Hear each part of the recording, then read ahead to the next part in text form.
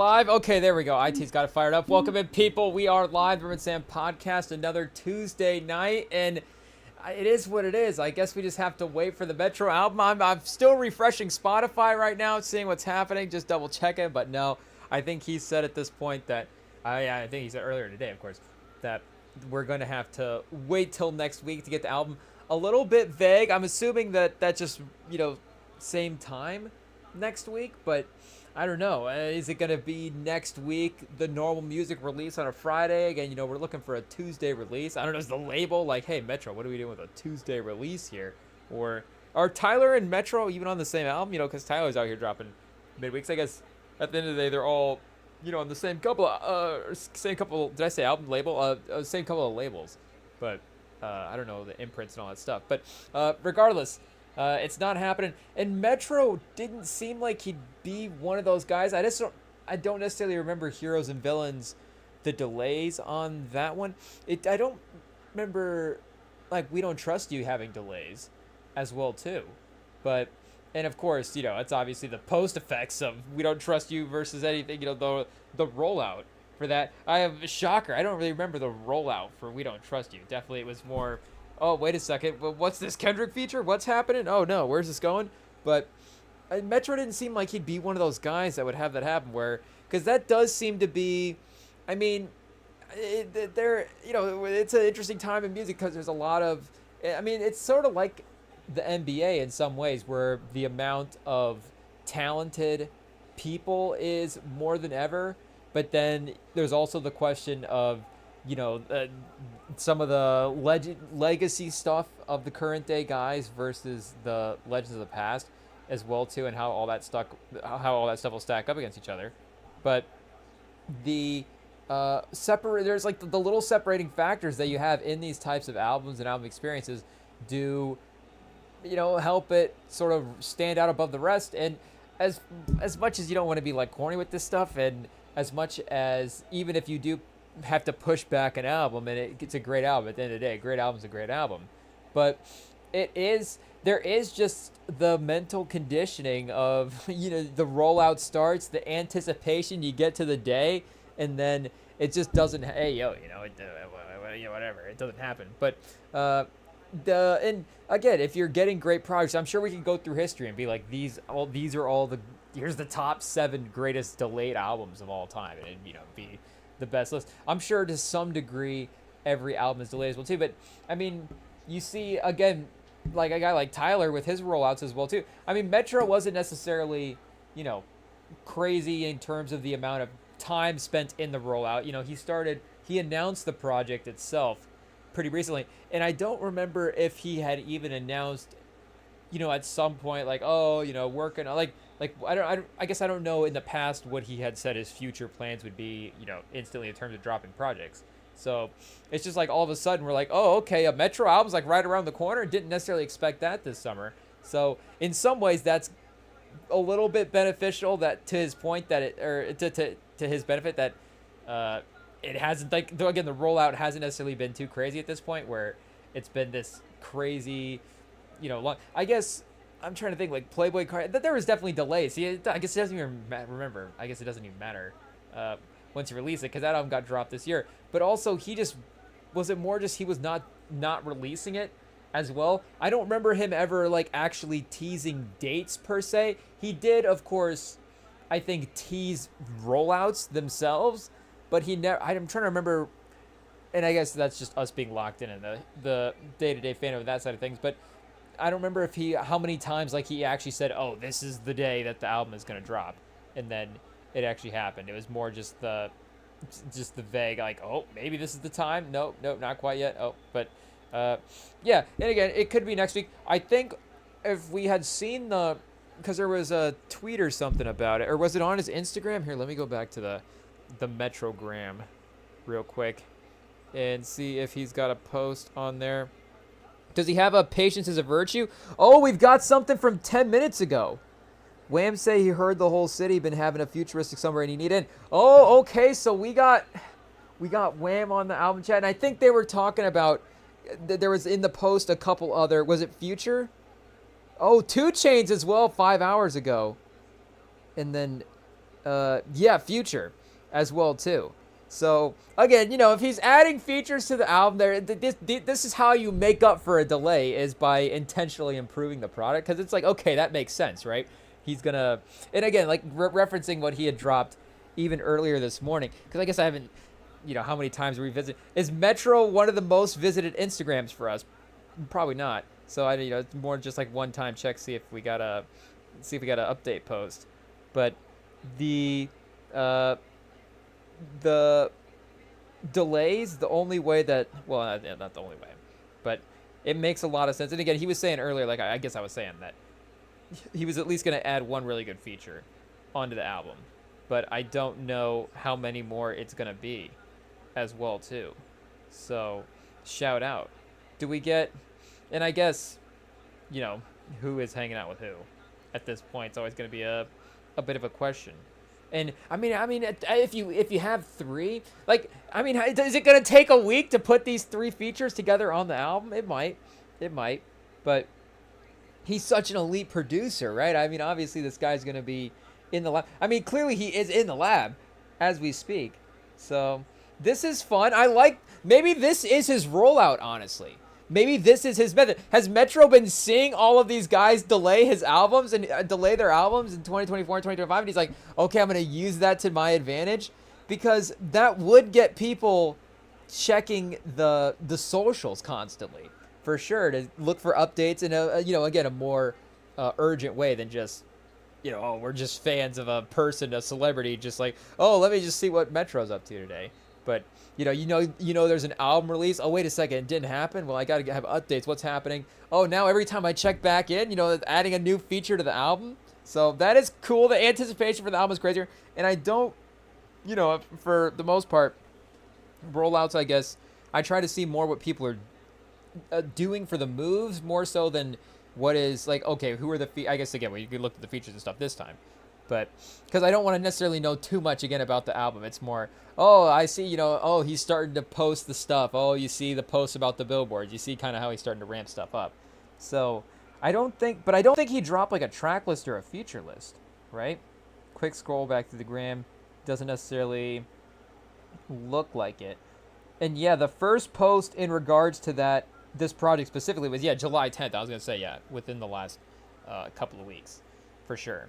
So at least time frame wise, that does help. And in a way, there's enough good music going on this week as well that it kind of benefits. And maybe it gets lost in the shuffle. He was not necessarily the most talked about project. I think maybe because this is potentially, it does say that it may be more like a mixtape type ordeal than a Metro album as well too. And it says hosted by DJ Spins, so it's just what's the balance of the influence back and forth. And I mean, shout out, it's gonna be great either way, but it's not necessarily like, oh, is Futuristic Summer gonna be the album of the year? You don't hear that sort of conversation within the last couple of weeks of it ramping up. But again, it's Metro, it's the group that he's always able to sort of oversee quality projects. So I mean, obviously we're excited for it, but now I guess the excitement is going to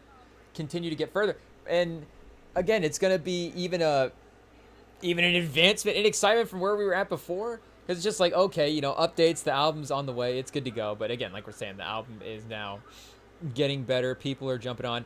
I guess it is because, maybe the three biggest features. I guess it's not necessarily out of line of how a lot of those guys operate as well too. I think a lot of albums maybe have been, a couple of albums, again, speaking recently as well, maybe have been delayed. It's like, I need the Future verse. Like, where's Future? Submitted the Future. I thought we was going to get a verse. Like, can we get the verse for the album? I'm trying to put the album out here. So, but if he's also just now hitting up Metro as well too to jump on the album, because again, maybe these guys like us didn't even realize that Metro had this. Maybe Metro was just, because I guess now that I'm thinking about it as well too, one of the things that he was saying for this album was going to be it was going to be a new cast of characters in the album. So now in the post rollout of the album, he's like, okay, I'm just going back to, oh, what do you know? Metro's with his old exes again. He's got Future and Baby and who else was 2 Chainz. he's got 2 Chainz in the album. So it's just, but and we're not gonna be getting mad that he's working with the familiar faces, but if he's in the mix with and working with the new circle, then maybe again the old circle is not even knowing what he's up to. So now the old circle just knows that there is an album in the mix, or whatever projects they're like, oh, you were working on this. I didn't realize you were also working on Futuristic Soma. Like, can I jump on there? And Metro's always Metro. There's just not going to be a beat that you're probably not going to hear and be like, I probably got to get a verse on that. So, and especially, a guy like, Future as well too. I mean, Future is definitely, again, I guess working with Metro is not necessarily being that is being selective in a way with who you're collaborating with. Like, obviously, Metro's a big time collaborator. It's not just another Future collaboration, but and Kendrick is of course collaborating a little bit more as well. But Future is not necessarily in the most vague, just doesn't necessarily pop out for a feature type guys. Speaking of Tyler is in that a little bit, where he doesn't, especially I think maybe now within the last couple of years, he's been a little more reserved in the features. Or I guess I just haven't necessarily, they're not necessarily coming to mind. But either way, of course, it's going to be exciting. So I don't know. We're going to get next Tuesday or next Friday, and we don't know who else is going to be continued to add to the album. Is Kendrick's not going to be on Futuristic Summer, is he? I don't think at this point. I don't know. Are Kendrick? I was going to say, are Kendrick and Lil Baby going to be on the same album? But I think they're both on the Playboi Carti album, right? Is Lil Baby on the Playboi Carti album? I mean, there's no way he's not.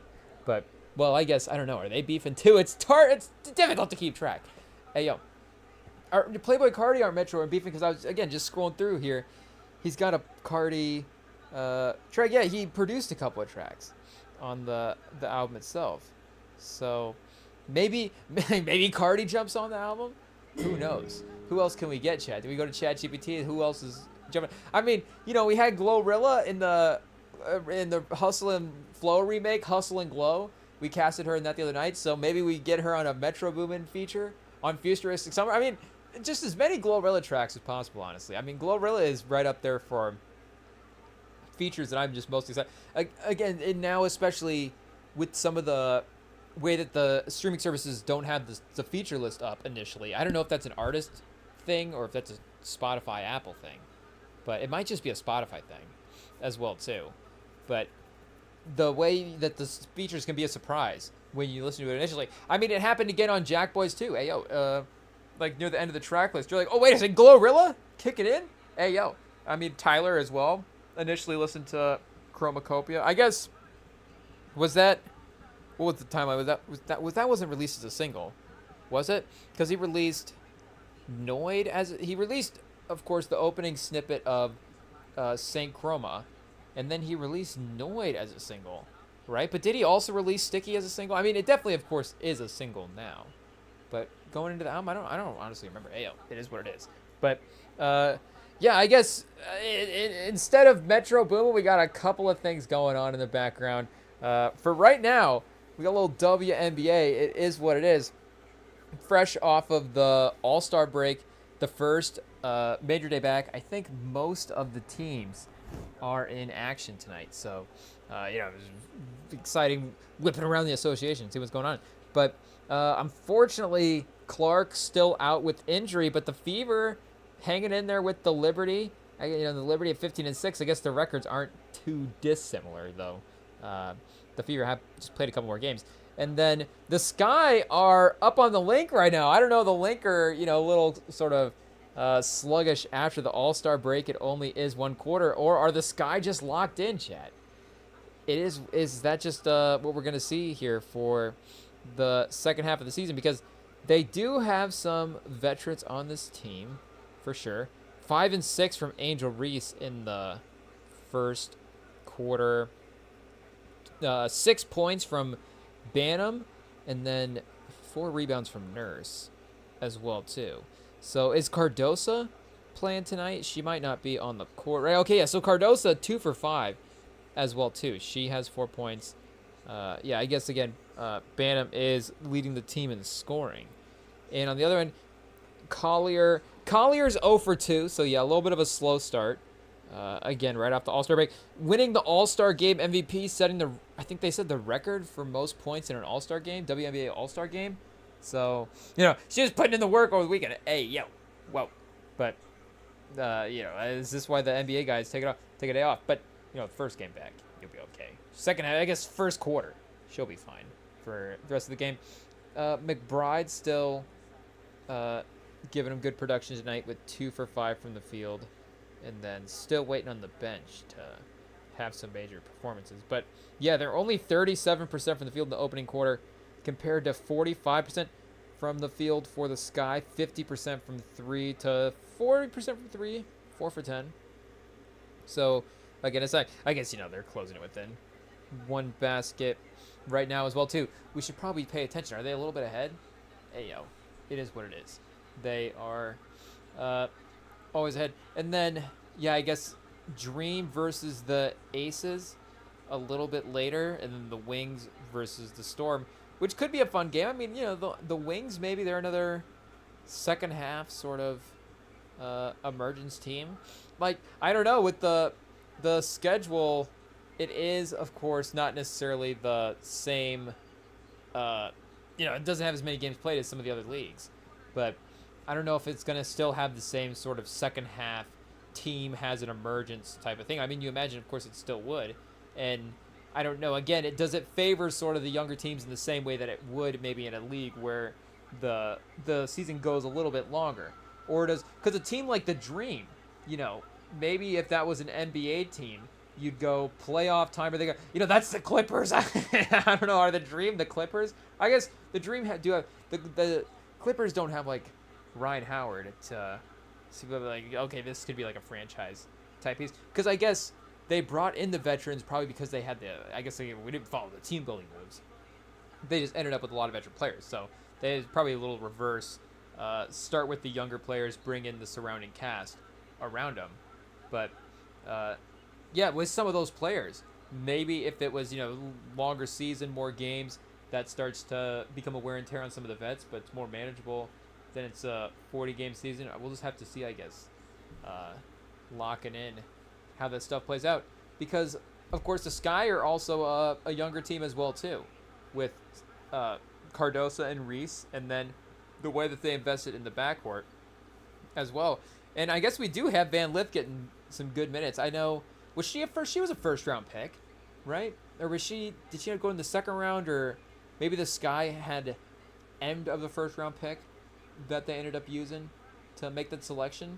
But, I mean, she does have, again, the NBA vibes of that type of player where I don't know if we necessarily would have been like, had her like, okay, this is all like sneaky. I guess, it's a different sort of span in the draft for the ranges. But I don't know if we would have been like arguing lottery talent for Haley Van Lith if she was an NBA player. But instead of been like, okay, end of the, like, at some, you got to take Haley Van Lith earlier than probably you think, because I mean, she's produced, of course, all the years of the teams have always made the good tournament runs. And I mean, once you start getting into the later half of the draft as well, too, once you have some more established players, you're just playing a different bit of a role. And that is, of course, I think maybe a thing now that is that a thing that the WNBA has, kind of like the NBA? Does each team have that kind of surrounding player in that way?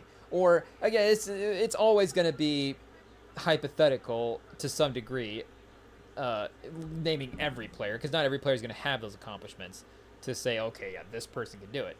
But, again, it's just in theory, is there a plan? Is there that person to build around in a way? Because you have, of course, Collier on the Lynx. I mean, the Liberty are stacked. The Storm are stacked. Like I said, the Dream, the Fever.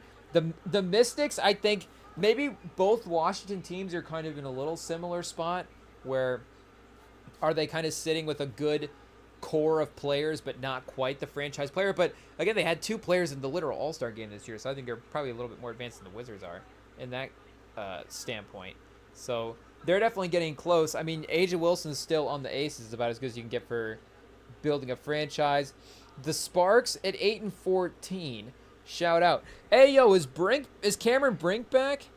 When did she get injured? Because she did have, like, the year, I believe, was it a tear or something along those lines? It was a year-long injury we were looking at. Okay, 15 games played this year. Or no, wait, from last year still. So yeah, hasn't logged any games for this year. Hey, yo, shout out. I guess I always forget that Basketball Reference canceled. They never put the medical information on here for the WNBA. So wait a second. Let's get a update here and see if there is a timeline. Hey, yo, the co-pilot's not caring about the injury whatsoever when it comes to the Cameron Brink Google search. That is for sure. Do we have to specify? Okay, Cameron Brink injury. Hey, yo. When is the Sparks make a huge announcement? So this was on the 13th. This was 9 days ago.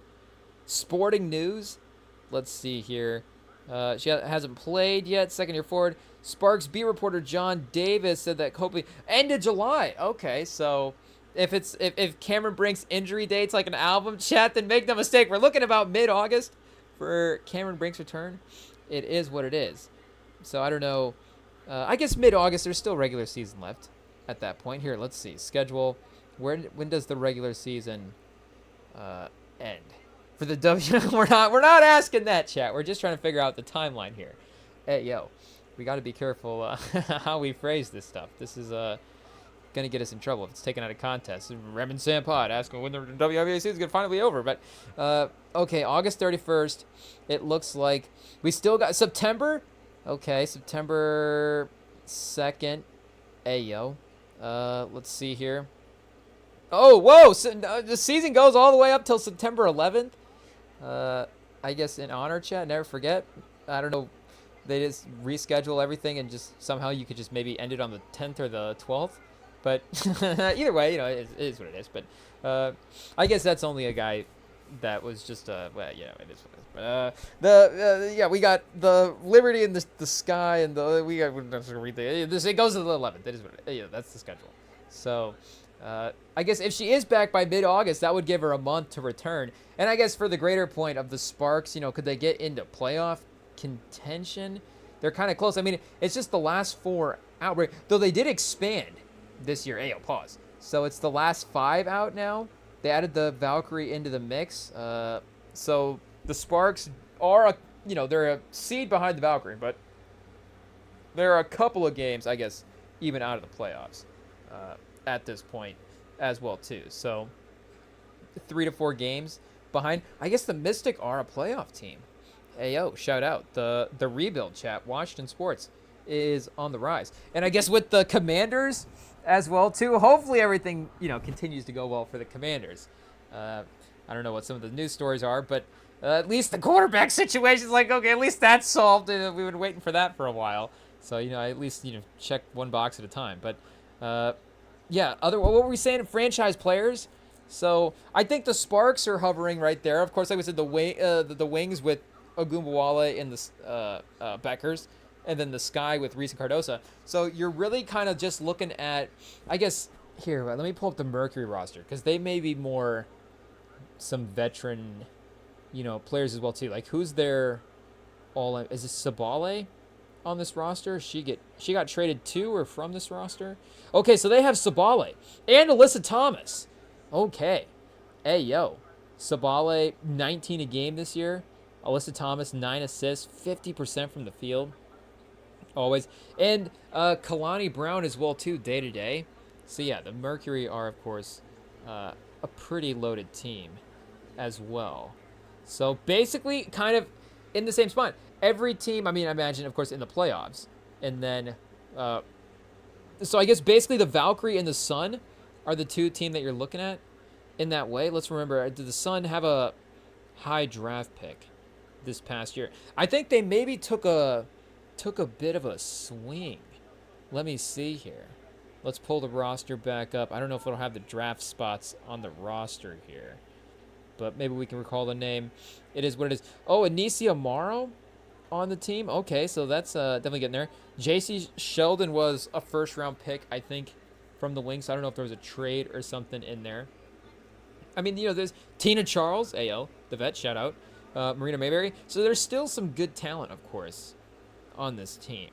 But I don't know if they necessarily have the franchise building block going forward in that same way some of the other teams do. So, but again, it's really close, and I think, like we were saying, the rest and the way that the NBA, of course, is, I don't think every team has it like, hey, pause, like that franchise guy like that. But even the ones that don't, like we were saying, the Wizards are at least now we're looking at that team going set up in a kind of a nice direction. There's not necessarily, and the league has been trending to this way. So, and I get, we'll get into the season, the talent will bear itself out, and maybe this is where, there is a world where shout out, we're really just hyping up the Wizards, but also it's a young squad as well too. So we got to give them a break this year. If they start the first 20 games and they're like 6-14, or that might not even be the worst record in the world. If they're like 3-17 in the first 20 games, we got to give them a break. I guess I don't know. I can't do math, so they'd have to win 28 games in the next 60.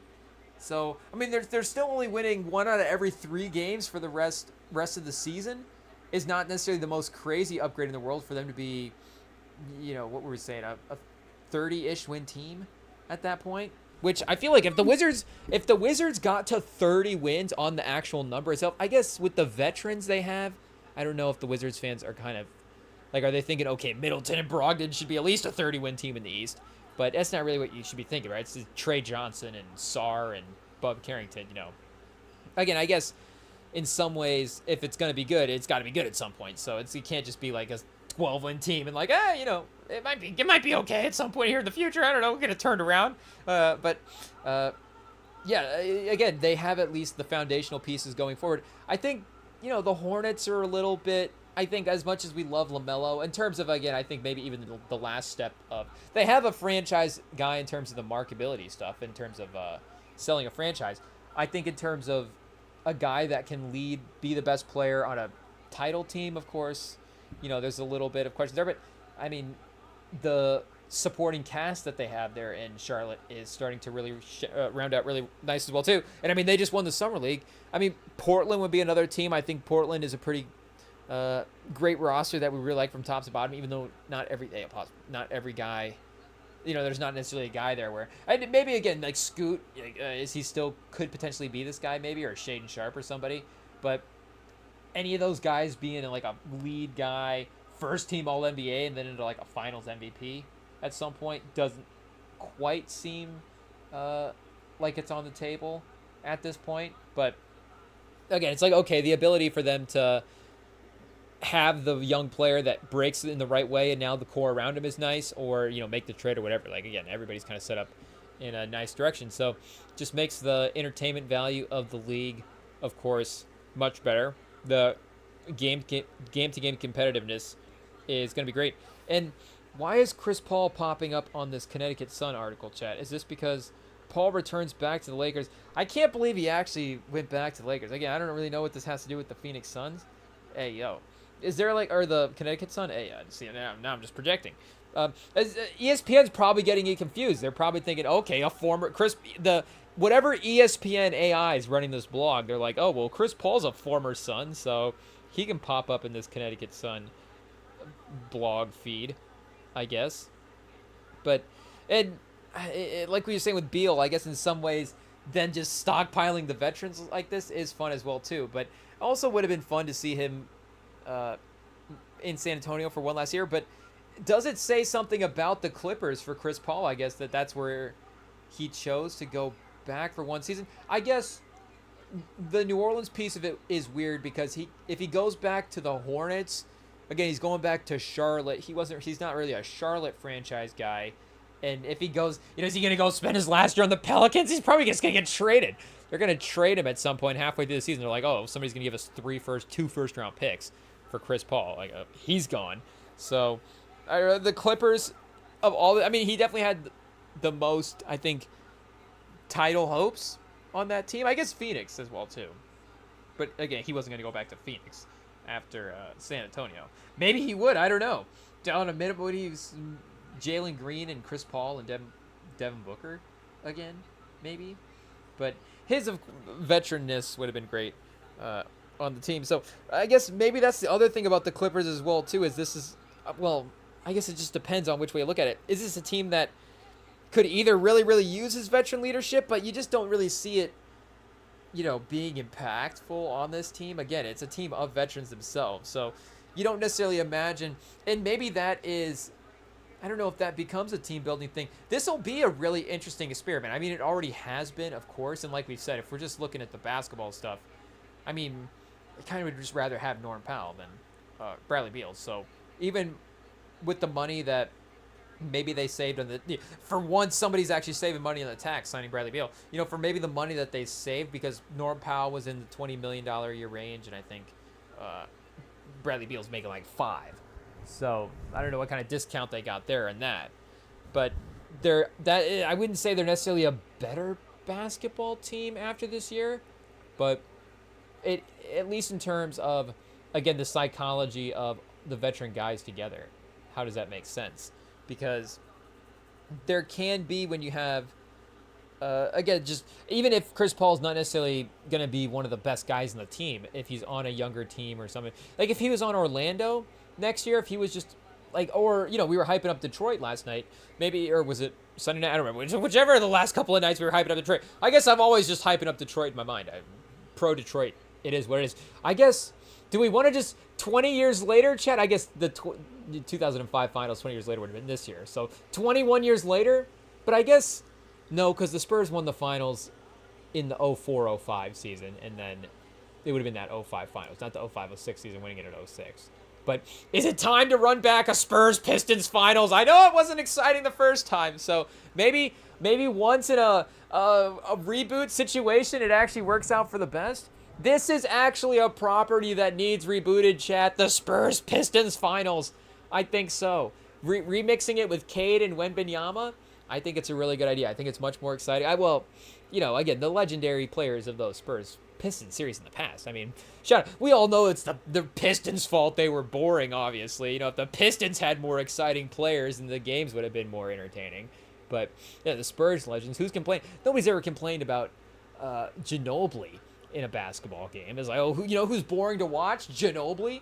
So, and now that the Pistons could be fun to watch, Asar Thompson, more fun. Rasheed Wallace, whoa. I don't know if that's the right guy to comp to him on the team as well, too. Maybe Ron Holland's more, well, I guess, is Ron Holland more exciting Rasheed Wallace? I think Rasheed Wallace is definitely more exciting. He's more exciting Ron Holland. It is what it is. But Asar, he definitely could be, Asar is like just 3.0, yeah, again, with all due respect to Tyshawn Hamilton, because, or did I just say Tyshawn Hamilton? Hey, yo, whoa, Tayshaun Prince, shout out Rip Hamilton. I was thinking of Rip Hamilton as well, too, so it happens, but, and shout out to any Tayshaun Hamiltons as well out there, too, so, there's got to be a couple, but, I guess, I don't know, NBA Tayshaun Hamiltons, but, Asar Thompson could definitely be like a souped-up Tayshaun Prince, for sure. Again, I guess we'll have to see how the perimeter game develops, but Cade as super souped up Chauncey Billups. Duren, he still needs, if he's going to get to Ben Wallace levels, he's still got a little work to do. I think Duren is arguably a more is that crazy to say? Is Duren a more complete player right now? I guess Duren can. What's Duren's free throw percentage? I guess this is where we're slacking on our Pistons knowledge, but I think Duren is got to be at least in the 70s, right? He's not only got 50% free throw shooting. 67%. Okay, so he's making 2 out of 3. Honestly, that's not too bad. That's kind of that's a weird range. You never see that in the NBA. It's a guy's either really good or really bad. It's like, and that's because I think, again, for free throws for the NBA, a lot of it's mental. So it's just weird if a guy, or I guess not weird, but it's just rare to see a guy kind of makes 2 out of every 3. But where's he at? Oh, yeah, 6. So he was 80% last year at 5 a game, 61% on 4.5 his rookie season. So you assume he's going to get better from there. But a little bit of a dip last year on a few more attempts. So, trending the right way if we're talking Ben Wallace. Hey, yo. So the defense continues. I don't know if he's, of course, as menacing defensively as Ben Wallace, but he is also more of a true center than Ben Wallace is as well, too. What do they got Ben Wallace listed at here on Basketball Reference? I don't know if the fro gets added. Okay, they got to list Ben Wallace 6'9". I guess we got to pause. We got to give him his respect. But Duren at 6'10", honestly, that might be off. That might be short. Is Duren 6'10", or is Duren a 7-footer? I guess I kind of assumed I was reading 6'10", but I was kind of assuming that Duran was a 7-footer as well too. So I was just rounding that up a little bit. I was reading that a second ago, but I mean, and then Ben Wallace, you go the other way. Ben Wallace, you think, okay, is he 6'9" with the fro? Is Ben Wallace more in that 6'8", 6'7" range? And that's probably a listing. This honestly, what it is probably with and without shoes. So Ben Wallace is probably 6'9" with shoes, and Jalen Duran is 6'10" without shoes. So Jalen Duran with shoes, 7 foot. Ben Wallace without shoes, like 6'7", maybe.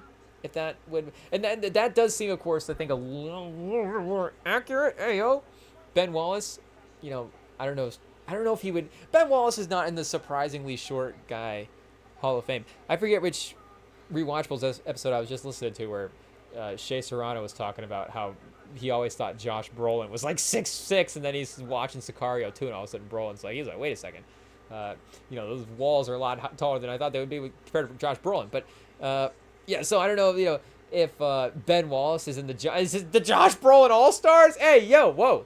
We don't want to disrespect our guy Brolin. Brolin's obviously a legend. Brolin's, MCU great. Brolin will be, I mean, he'll be a legend for a whole generation, Chad. Ayo, because of the Thanos stuff. He's a legendary villain.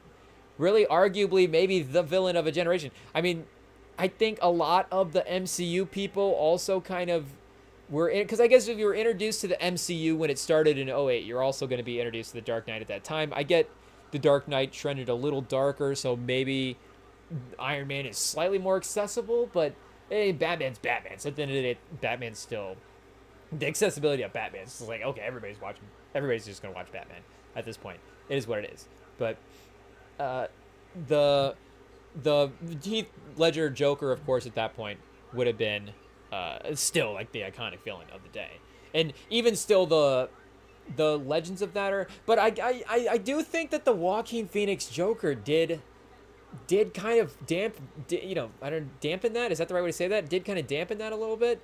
Did kind of tone down the hype on that Heath Ledger Joker. Again, I don't even think that's the right way to say it because it's still a really hyped up thing, but it definitely did again introduce a different Joker to a whole new audience. And there's maybe audiences that haven't seen The Dark Knight. That's the first Joker they've ever seen. So that's always just going to be a super influential thing as well, too, regardless of even the quality of it. And it just so happens that, of course, that first Joaquin Phoenix Joker is a really good movie. But, if it's also the first one that you see, there's just going to be a nostalgia factor there as well, too. So that one as well, too, that's not like, a kid's Joker movie. But still, if there's, teenage, I'm sure that the math works out. Because, I mean, when did that Joker got released? A decade after Dark Knight. So, I mean, yeah, that's a whole, at least in terms of the entertainment consumption of everything. Like, I mean, that's a whole, generation of people for sure. I mean, honestly, maybe a couple, but just in terms of at least the memories, hype and conversation and stuff that's going on as well, too. Like, you could have people that are like, oh, yeah, I don't really remember because I guess, if you're 16 and you go, well, I guess it was rated R. So what do you have to be 17 to go see a rated R movie with that? If you're sneaking in at 16 to go see the Joker in 2019, you were 6 when The Dark Knight dropped. So are you, I mean, I guess at that point you probably are aware of the conversation of the Batman movie at that point. Because I guess I'm only a couple of years older, but even still, I think that makes enough of a difference where you're like, okay, I'm not just aware of the conversation of Batman movie. Like, there's an anticipation, like, okay, I need to see this. Like, what's actually happening here? But why are we off on Batman chat? Hey, yo. Somehow we just get to, when Metro Boomin doesn't drop an album, we just get to ramble about Batman. It is what it is. Oh, because we were rambling about Brolin and Thanos. Oh, because we were talking about the Josh Brolin All-Stars. Hey, yo, the surprisingly short NBA players. That is what it is. I think, Charles Barkley, we could call him a Josh Brolin All-Star, but I think he almost, I don't know.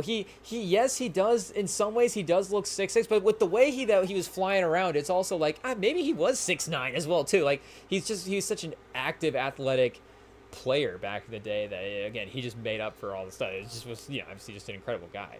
But yeah, so Ben Wallace compared to her. So anyways, running back the 2005-2006 NBA Finals, I think is a pretty good idea at this point because Spurs Pistons would be pretty fun. So I don't remember who was going to be on the Pistons as well too. Was Cam Brink going to be on the Pistons? Why were we making the Pistons better? at this point. Oh, franchise guys. Oh, Chris Paul. Hey, yo. See, we IT, were they taking notes? This time it is what it is. But Chris Paul. So, yeah, I think that'll be interesting on the Clippers. I guess, could Chris Paul, we'd have to go back. Was the Chris Paul-James Harden relationship good? I guess, has James Harden ever developed a really close relationship with any NBA players? He is a guy that does hang out with celebrities a lot. Like, I mean, shout out to LeBron, but LeBron does hang out with NBA players. I mean, LeBron hangs out with everybody. But again, LeBron will hang out with NBA players. We can clown Draymond for hanging out with LeBron, but he's still hanging out with Draymond. Now, I mean, you'll see him, I guess rarely, him and Steph never. It's more, I guess, if there was a function, some kind of event, maybe him and Steph would be, photographed or be like, okay, here's them partying together at the event. But okay, he's got all. He's an agent. I guess there's the LeBron's an agent allegedly. We're not gonna get taken down. I don't know how much power they have here, but his agency ties. I'm sure there's a networking thing / just it all helps with him being in the mix in that type of way. So I don't know if that's he is a good businessman. So I'm sure that is 85% of it as well. But, I mean, you think about a guy like that, too. He's just been in basketball circles his whole life. And especially the NBA. Like, I mean, you definitely have the familiarity with people playing basketball from an earlier age. I guess in some ways, I mean, I guess, like, if you're, both, like, kid actors and stuff, then you'd have to be on the same show as well, too. So I guess that's where, it's like some of the Disney Channel stuff, but I mean that's where I guess you would have all of those, like, oh yeah, you had all these amazing like pop stars and actresses all on the show at the same time together. But yeah, so now I don't even know what we're rambling about at this point. It is what it is, but I just like the idea. We've just gone off and we're now talking about pop stars and comparing it to NBA talent. It is what it is. How is the NBA like the Disney Channel in 2025? We probably don't want to. We probably don't want to know. We probably don't want to start asking those questions. It is what it is. And we did say that we were gonna watch some Vince Carter highlights as well too, because I think honestly this may be the reason that Metro pushed back the album. Last night we were like, should we be watching the 2000 dunk contest tonight? And then Metro's like, actually that's a good idea. You know what? I would rather watch the dunk. I don't know if that's maybe Chad. Maybe Metro's a big dunk contest guy. He is, I don't know if I've ever seen him at an NBA game like that or not. I guess he's not necessarily a guy that's always front row as well too. I guess is he hanging out with James Harden? I don't know. But, James Harden does, I guess going back to that, does be the guy that is hanging out with a bunch of non-NBA players. I could be getting that wrong because he does pop up at those like Rico Hines runs and stuff. I've seen him there. But that's a different thing than like hanging out. Anytime it's like a James Harden birthday party, it's like him and Lil Baby and I guess PJ Tucker. Does PJ Tucker really hang out with James Harden? I think so. So maybe it's a different tier. But yeah, anyways, Vince Carter. Would Vince Carter and James Harden have gotten along? Can Vince Carter, can he be out of retirement and play for this Clippers team? I honestly feel like if Batum can still get minutes on the Clippers, if fourth quarter Batum is still in, could Vince Carter still play minutes? How old is Vince Carter right now? Because, I mean, he can still dunk, right? Like, I feel like that'll be a news flash that we get. There's like it'll be like a day like Vince Carter like posts a post. He's like, hey guys, I tried dunking today and I can't do it anymore. It is what it is. But like, he's 48. Like, it's almost like we're not even close. I feel like Vince Carter is gonna be throwing down dunks in his 60s, right? I mean, we could look up oldest guy to throw down a dunk. Hey, yo, chat. Let's see what we got here for old man Iguodala, 38. Hey, yo, oldest guy to throw down a dunk in the NBA is Andre Iguodala at 38. Wait, how long has Vince Carter been out of the league? So when was the last time Vince Carter dunked in an NBA game? So 2014, 15, and then he went from 15, 16, 17, 18. I thought maybe he dunked in Atlanta in some of those last couple of games. At 40, Vince Carter wasn't throwing down dunks at 40. Co-pilot, this seems like it's off. But it really is hammering that Iggy one. Pause. So it might be Iggy. Shout out. Iggy is the NBA's oldest dunker. Oh, is this in the season? Oh, this might be for the season. Wait a second. Did it say third? Yeah, for third straight year. Okay, so co-pilot's pulling some bad information here. He is currently 38 and has dunked multiple times in his career, showcasing his ability to perform this feat at an advanced age. Yeah, Iggy is pretty good at dunking. Is that a movie, chat? Do we need a movie about? Is like E.T. remake where the alien is back? It's like an AI is formed, and then somebody has to like explain the NBA to this AI, and it's like the NBA, you know, the AI is like really basic robotic logistic. Is it played by Daryl Morey? And then you have to explain like human emotion in NBA to Daryl Morey. Julius Erving last dunked at 63. Only dunk donuts now? Hey, yo. Shout out our guy Julius Erving. Marquise Johnson dunks every year to celebrate his birthday. Oldest player in the league is currently Udonis Haslem. He's 40, so that's 2021. So we have evidence at 63 that you can still be throwing down dunks. Dr. J, I guess, is there not a Guinness book? How do we not have a Guinness book on oldest guy dunking? This feels like again, not necessarily an easy feat to achieve, but for the dunkers out there, this feels like one that's potentially gettable. There's not a 60-year-old outside of Dr. J that's dunking right now? Or there's not a 64-year-old guy that can dunk? Maybe that just shows you, again, you know, Dr. J, these NBA guys, they are crazy. It is what it is. But you would assume that Vince Carter at 60 years old, I mean, in 12, you see the hops that he has. Again, time is crazy, but 12 years of hops, I think he's still got 12 years of decay in his vertical leap, and he can still be throwing down dunks. Because he still throws down, like good dunks as well, too. It's not just guy in the park that claims he can dunk, and you're like, well, I guess he grabbed the rim and the ball, you know, it did go in the basket, but like, the guy tries to dunk and he like misses the dunk, and like the ball like pops out, and it like ends up like spinning back up in the air and falling back in. We're still talking about basketball at this point. It is what it is, but you know, it's like, okay, I guess that counts as a make. I don't know if it counts as a dunk necessarily, but again, he's still throwing down. Like, he can still, like, windmill and all. Yeah, I feel like a good 360, you know, a little spin from our guy Vince Carter is not too crazy at this point. So, I mean, the 2000 dunk contest, of course, was the ultimate feat for this. And one of the great dunk contests as well. So, should we take a quick break? Let me cue this up on the TV real quick. Let me find this. Pretty sure I had a version pulled up, so I should be able to find it quick. But we'll be right back after we get the 2000 dunk contest underway. So there's a full version on YouTube. I guarantee it. It is what it is. Find it and meet us there, chat.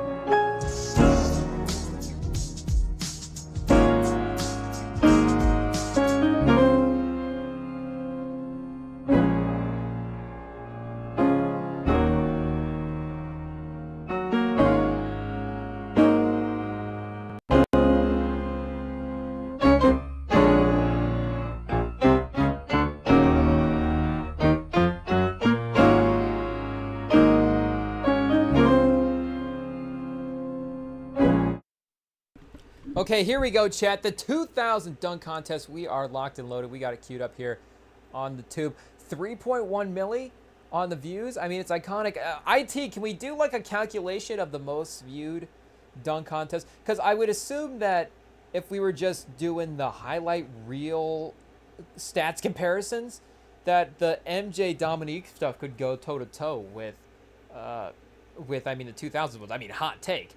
But I was thinking about this today as well too, when I was, like, oh man, of course there's no Metro album. I guess we are actually watching this Vince Carter dunk contest tonight. What's going on with Vince Carter? And again, if this moment is maybe one of course, his, and that's, we could debate his whole career about a dunk contest being the peak of his whole career. But for I guess maybe even not just that, but what this dunk contest meant to his career just as a signification for him as an athlete. Because, even for MJ, the dunk contest is validating in that as well, too. And I know that, again, his whole career is validating for his greatness, GOAT legacy of it all. But in terms of the Jordan aesthetic, and I guess, again, the dunk contest does go into the legacy a little bit as well. But maybe even more so, again, the aesthetic and the type of player that he was and the feats that he could accomplish. Like, it was okay. Because, again, Curry sort of has the mythicism, or Klay Thompson with the three-point contest. Of course, they're not having the dunk contest thing. But whatever their greatness is, it also transcends in, like, directly in this other competitive way that we get to see it showcased. And, again, for to signify him as just one of the best athletes, one of the best dunkers that the league has ever seen. But also, again, one of the most, again, the highlight reel stuff, it's not hot take stuff, but I was thinking about, like, who were the first team all influential internet guys for NBA history? Because that is a little bit of a different list, and maybe it is sort of / modern influence as well. I don't know if it's just internet age, or if we take the, if the internet goes away and it's just NBA, it's like, okay, well, these are the biggest names of the last couple of years regardless. But again, I guess to get, Vince Carter's name in the mix, it does make it a little bit of a different sort of criteria list. Again, not to say that his career wasn't great, of course. But the first team all internet guys, I think he really does have a case to be on there. And I think I think most of the team is locked down. Again, speaking of MJ, of course, he's still on there. I think MJ necessarily, of course, wasn't playing in the internet age of the NBA. I don't know the exact timeline of the internet, but, what was Heat, like 94? So, sometime in the late 90s, the internet's forming into shape. And, Y2K and all the different stuff, I guess, is the internet's around in some big way in Y2K. But that's, MJ's not really there for Y2K necessarily. And, again, just the way his career would have spanned most of the entirety of it, not necessarily had that same kind of influence. So, but regardless, it's his influence, again, still, or, directly while he was playing, I guess it's not the same kind of influence. And, again, even for Vince Carter as well, too, at his era, that's just that time in the league, because he's just directly right afterwards in the timeline. But MJ does still, of course, again, long point being, transcend into the internet age as one of the most impactful guys. Of course, he's the GOAT. Everybody, you would still say that if you hear guys talk, guys are still modeling their game after him. Guys are still watching the MJ highlights. Like, of course, the MJ persona is still, like, some guys, again, and MJ might be the most recent guy. I guess to quickly go through it, the other couple of guys that are locks, of course, are LeBron and Steph and Kobe. I think those are the four locks for the team. You have MJ, LeBron, Steph, and Kobe. But again, MJ would be the most recent guy for that. So he is the great superstar on the edge of the internet era, for sure. But again, you don't really see the same influence of the play style, even of some guys. And that is, I guess Hakeem would be another sneaky one, but Hakeem wouldn't necessarily, I think, be an internet influence guy as much an on the league influence guy. Ooh, I guess Iverson as well too. But again, is it maybe the internet? I don't really know. We have to define kind of what that is as well too. But it's sort of the influence on the players in terms of, again, I guess now that they're grown up, this is how they're consuming basketball content as well too. It's a little easier to define it that way. But even going back a little bit further, like the players that, of course, everybody is replicating, but the ones that are being argued about in the most intense ways, I think is another way to put it. So maybe Iverson is the fifth one. I think Iverson's got to be on over Vince Carter for sure. Even I think even if Vince Carter's influence again is more defined to that in a way, because Iverson, I guess you could say that he influenced it in another way as well too, with just the sort of direct fashion, the play style stuff, and the swagger that he brought into the league. Like, you could necessarily say that, oh, is it sort of replicated? Because I guess Iverson is one that I don't know if I feel like sneaky, not a ton of guys say that they play like Iverson. Okay, like Kobe is probably like everybody plays like Kobe. It's Steph now a little bit. I guess, going into 2025, Paul George is but maybe not first team, of course, internet all-star, but internet, maybe not all internet NBA, but an all-star level in that way. And 2000 dunk contest, T-Mac has that kind of influence. But also looking at guys on the sideline, Jason Kidd might have had a better career than Tracy McGrady, but you don't necessarily hear guys, of course, being like, oh, I model my game after Jason Kidd. I mean, you don't necessarily hear guys model their game after pass first players. That's kind of how Magic Johnson just gets left out of the conversation as well too. Guys are like, oh yeah, we're not passing first in 2025. I do think, again, it's a function of the three-point line and styles of play and all that different stuff. But, going forward, more kids are going to be influenced by James Harden and Dame Lillard than Magic Johnson. But you would still assume that Michael Jordan and Kobe Bryant are going to live on. But, right, they are? Or James Harden and Dame Lillard are they going to take over Michael Jordan and Kobe, and the kids are going to be like, Dame is the GOAT? I don't know. But, again, the influence of those guys is still just transcends generations outside of just the sort of the GOAT status that some of the guys have. I think even Bird, as much as Bird is like he could just, he's passing, the three-point shooting, the play, like, Bird could do everything on the basketball court, so there's ways to find, Larry Bird and a lot of players, for sure, Ayo.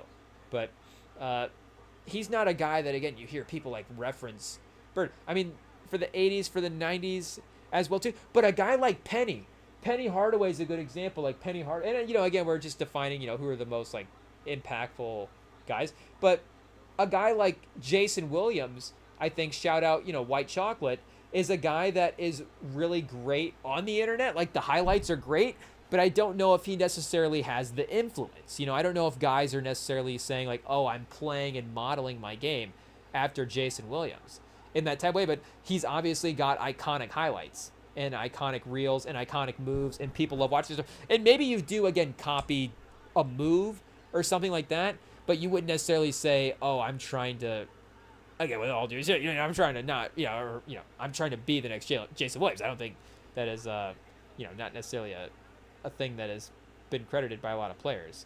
But you do, of course, hear a guy, like, I guess I don't know who a Jason Williams level, because that's a unique, I mean, he's a unique, the influence for the sort of impact correlation, because he's more of a sixth man. But honestly, like, I think a guy like Pat Bev, and maybe this is me now being generational at this point, but I feel like a guy like Pat Bev would get referenced more for play style stuff than a guy like Jason Williams. Maybe that's a little bit of a stretch, but I feel like you would hear a couple of guys reference, or maybe, like Jamal Crawford, people would always sort of reference the handle as well too. That's another one. And, Jason Williams was part of a title team as well, so you got to give him his credit there. But at least, going back to the 2000 dunk contest anyways. And, T-Mac, so maybe Vince Carter and T-Mac are on second team. Iverson's on first team, and then Vince Carter and T-Mac. I think that feels pretty good. Pause. Hey, yo, whoa. And then, is Penny a second team or a third teamer? See, Shaq's another one. Shaq, who's going to be able to replicate Shaq? But you don't necessarily hear that. I guess you can. Nobody can beat Shaq at this point. Oh, chat, I love this. The first Steve Francis dunk is pretty fire. It's not necessarily the craziest dunk, but he just had we're gonna back it up. Pause. Whoa, run it back. Run it back. And the great thing about the first round of the dunk contest is Vince Carter went last as well, too. I guess I don't remember if they say in this if there's a way to determine the order that he got that sort of bid. But regardless, it was the right move because he was the headliner guy anyways. And the dunk contest was, like Kenny Smith, iconically states, the dunk contest is over effectively after the first dunk, after he starts taking home the awards, or taking home the votes, and starts throwing down the dunks. But, again, the energy of the dunk contest initially is really good. This is a great field. We got T-Mac, Larry Hughes, Steve Francis. Let's see if we can find it here, chat. Maybe the old Wikipedia has it. 2000 dunk contest. There's no way. The 200 dunk contest. Hey, yo. Did they have that? What year was the first marathon? Was that 200? Was that AD or BC? Now we're going to be doing a deep dive on the marathon. It is what it is. The 2000 dunk contest, there's no Wikipedia page. Oh, man, this is one of the greats. What are we talking about here? 2000s. I guess they have a paragraph. A couple of sentences. Oh, 2000 All-Star Weekend? The 2000 season? Okay, we're finding it, chat. Ayo. We're getting closer. It is what it is. Maybe not. Maybe we just have to just straight up see what's out there. Co-pilot's going to have to clutch this one for us again and see what happens. The iconic Vince Carter pose. Ooh, the zeros keep getting stuck, Chad, on the keys. Ayo. It is what it is. But 2000 dunk contest, literally all Vince Carter. Hey, yo, when do we find a picture of the next guy, Chad? I mean, there's like the suggested next pictures, but this is crazy. I guess there's a picture of T-Mac in this picture. He was an assistant of a dunk for Vince Carter a little bit later. So he's pictured as the assistant for Vince Carter in this dunk, but it's all Vince Carter. Oh, wait a second. Is this Vince Carter? This is not Vince Carter, but is this just not the 2000 dunk contest? What's going on here? It's too blurry. Did he change jerseys at one point? I forget if he changed jerseys. All-Star Weekend, this is 2000, I think. So maybe he changed jerseys. We'll have to double check that one. Or is that... No, because Steve Francis has got the blue on. It is what it is. But otherwise, we have to scroll way down, chat. Way down. Here we go, Steve Francis. And then we actually get Kobe in 2000 before Vince Carter. Shout out. And then Eric Gordon as well, too. As like, this was the best dunk contest since Vince Carter as a picture listed. But yeah, obviously, Vince Carter dominating the dunk contest in a way that nobody has before. And that is the thing about some of those MJ Dominique contests as well, too. And the 2016 contest as well. Those are the great dunk contests. I guess I don't remember exactly. Was it 84, 85? It's the 85 one that I think was in Chicago. But so he won that one, but Dominique won in 84 and 86. I don't remember the exact years for all that stuff. But those dunk contests were, again, this is a great dunk contest, but Vince Carter is a level above everybody else, and everybody else is also great. So it's not just two guys sort of battling it out toward the end, which again is awesome to see. You love the playoff scenarios that you get in a dunk contest like in 2016. But the dominance factor that Vince Carter has here is crazy, again, considering the fact that the field is also as good as it is. So that alone probably makes it the best dunk contest performance, the most dominant, and again, just individually has some of the best dunks, as you would assume at that point, in just dunk contest history as well. But again, the field is great. I think Larry Hughes, it does ramp up in a great way. Like Larry Hughes goes first, really, and that's just, again, just sort of how the competition works as well, too. You have the advantage of going last to see what the other guys do. Pause. But Larry Hughes, I mean, competitive, but decent dunk. T-Mac, I think, got a 45 on his first dunk. So wait, let's go back and see this first T-Mac dunk. Actually, we're only a couple minutes in. We can skip. We don't have to watch the full sideline stuff again. We can just skip through and look at the first couple of dunks and see what we were just talking through there at that point. But I am a sneaky Steve Francis, fun in 2K, sneaky Steve Francis fan. I guess I always find myself gravitating towards the players of the rival teams where you're like, Steve Francis. Or do we have any bad playoff memories of, and for me, bad playoff memories is Steve Francis hits a game winner in Game 7 against Spurs. Like, that's bad. Not Steve Francis, let the franchise down, whatever. It's like, did he disappoint? Did he upset my favorite team in the playoffs? So I don't necessarily have any disappointing memories of Steve Francis in the playoffs. So I'm pro Steve Francis. He was fun in the regular season, and that is enough for me in the NBA. So once we get to playoff time, go Spurs, go. So, Larry Hughes up 2000, I guess a year before going to the finals, or in the finals this season, however that year works out. 2000 All-Star Weekend 2000, so this would have been the 99-2000 season, I guess. Oh, Larry Hughes, he missed the dunk. Was that his last attempt? Not necessarily looking too devastated. I mean, it is All-Star Weekend, of course, so not the highest stakes in the world. But Shaq on the sideline is about, and that's the other thing as well too, is Shaq as the characters, the 20 or the earlier dunk contest didn't have that down quite yet. And maybe that's just me not going back and remembering, like, watching the full broadcast or the highlights being sort of cut differently. But I feel like if we go back and watch the highlights of those dunk contests, you don't necessarily get crowd reactions in the same type of way, or the players as well too. And by the time we get to 2016, I feel like honestly in the 2016 dunk contest, it got to the point where the players realized they had sort of that opportunity to at least, be in the highlights and the reactionary stuff for it to be cool the same way it was in those iconic moments. And for them to, and you're just being honest as well too, it's an incredible dunk contest. But there is just a authenticity in the reactions, and again, that combination of the celebrityification now of the NBA is starting to take full effect. So now we're focused on the celebrities courtside, and Shaq is about as great of a celebrity as we'll get. So T-Mac goes with the little self lob, the double pump behind the head, a little reverse sort of 180 dunk. I mean, I think a 45 is appropriate. Everybody gave him a 9. I think that's right. I think it's a good dunk. I think another, again, brilliant thing about early dunk contests, and that's just the escalation of dunk contests as well too, because you're not just competing with the people in the dunk contest, you're competing with just the audience expectation of what a great dunk is and what our previous scores of great dunks have been. But, just the lack of obstacles and props and just various random stuff that people are throwing into the dunk contest now to make it entertaining. And again, I don't even remember if they switched jerseys at one point in the thing. Now it's like, okay, I don't even have a prop to bring. I'll just switch a jersey, and this will be the new dunk.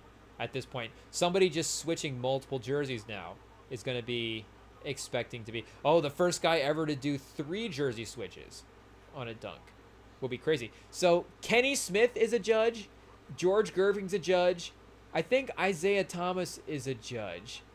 I'm not sure who chat.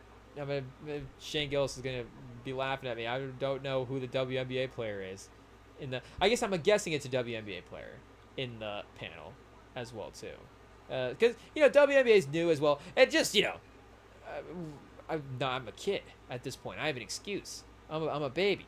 I barely know what's going on. I wouldn't even know that. I only know the NBA guys because their names are on the screen, right?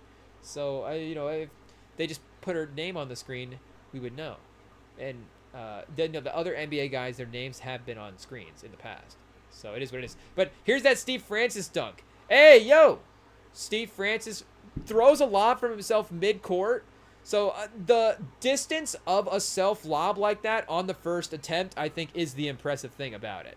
Because a lot of times, and it's not even just the first attempt, but the lack of setup going into the dunk. He just goes straight up off the sideline, tosses the ball from midcourt, and again, doesn't really do that much on the dunk itself, but hangs in the air, good hang time, good vertical leap, good sort of pose, hangman, jumpman pose on the dunk. But again, it is because a lot of times you see a guy will go to the three-point line. I mean, that's what T-Mac did. Couple of dribbles. Again, taking your time to set up. It's perfect. It's a dunk contest. You want to get it right. But it's just the energy that he brought initially was great. Isaiah Thomas gave him a 10. Yeah, George Gervin gave him an 8. So that's a good balance. Everybody again gave him a 9. 45 is a good score for our guy Steve Francis. And shout out the legendary Craig Sager. Ayo, chat. R.I.P. Our guy. He I gotta say, a little toned down in the suit game today. Of course, everything's in matching and stylistic form, but we got just like a normal color palette on the suit. We're going to have to go back. If I can't remember the color of the Craig Sager suit, then it's not a crazy color. So, I don't know if this was... When did he flip the switch, chat? It's like, this is the... When I'm going to start going... I guess, was there a raise? Do we need to go back and look at the Craig Sager contract history and like, oh, he signed the max, and now all of a sudden, you know, purple suits for our guy Craig Sager. Hey, yo, what's happened? Craig Sager, speaking of hustle and flow, chat. You know, Craig Sager, a little... pimp swagger to his game sometimes. Oh, chat. I like that they show Shaq with the camcorder before the dunk even takes off. Because, again, we know they're cutting back to Shaq, but he's got the camcorder queued up. You see that before? The reverse 360 windmill, it's still iconic every time. Shaq's reaction never gets old. We got to run it back and just turn up the volume, chat.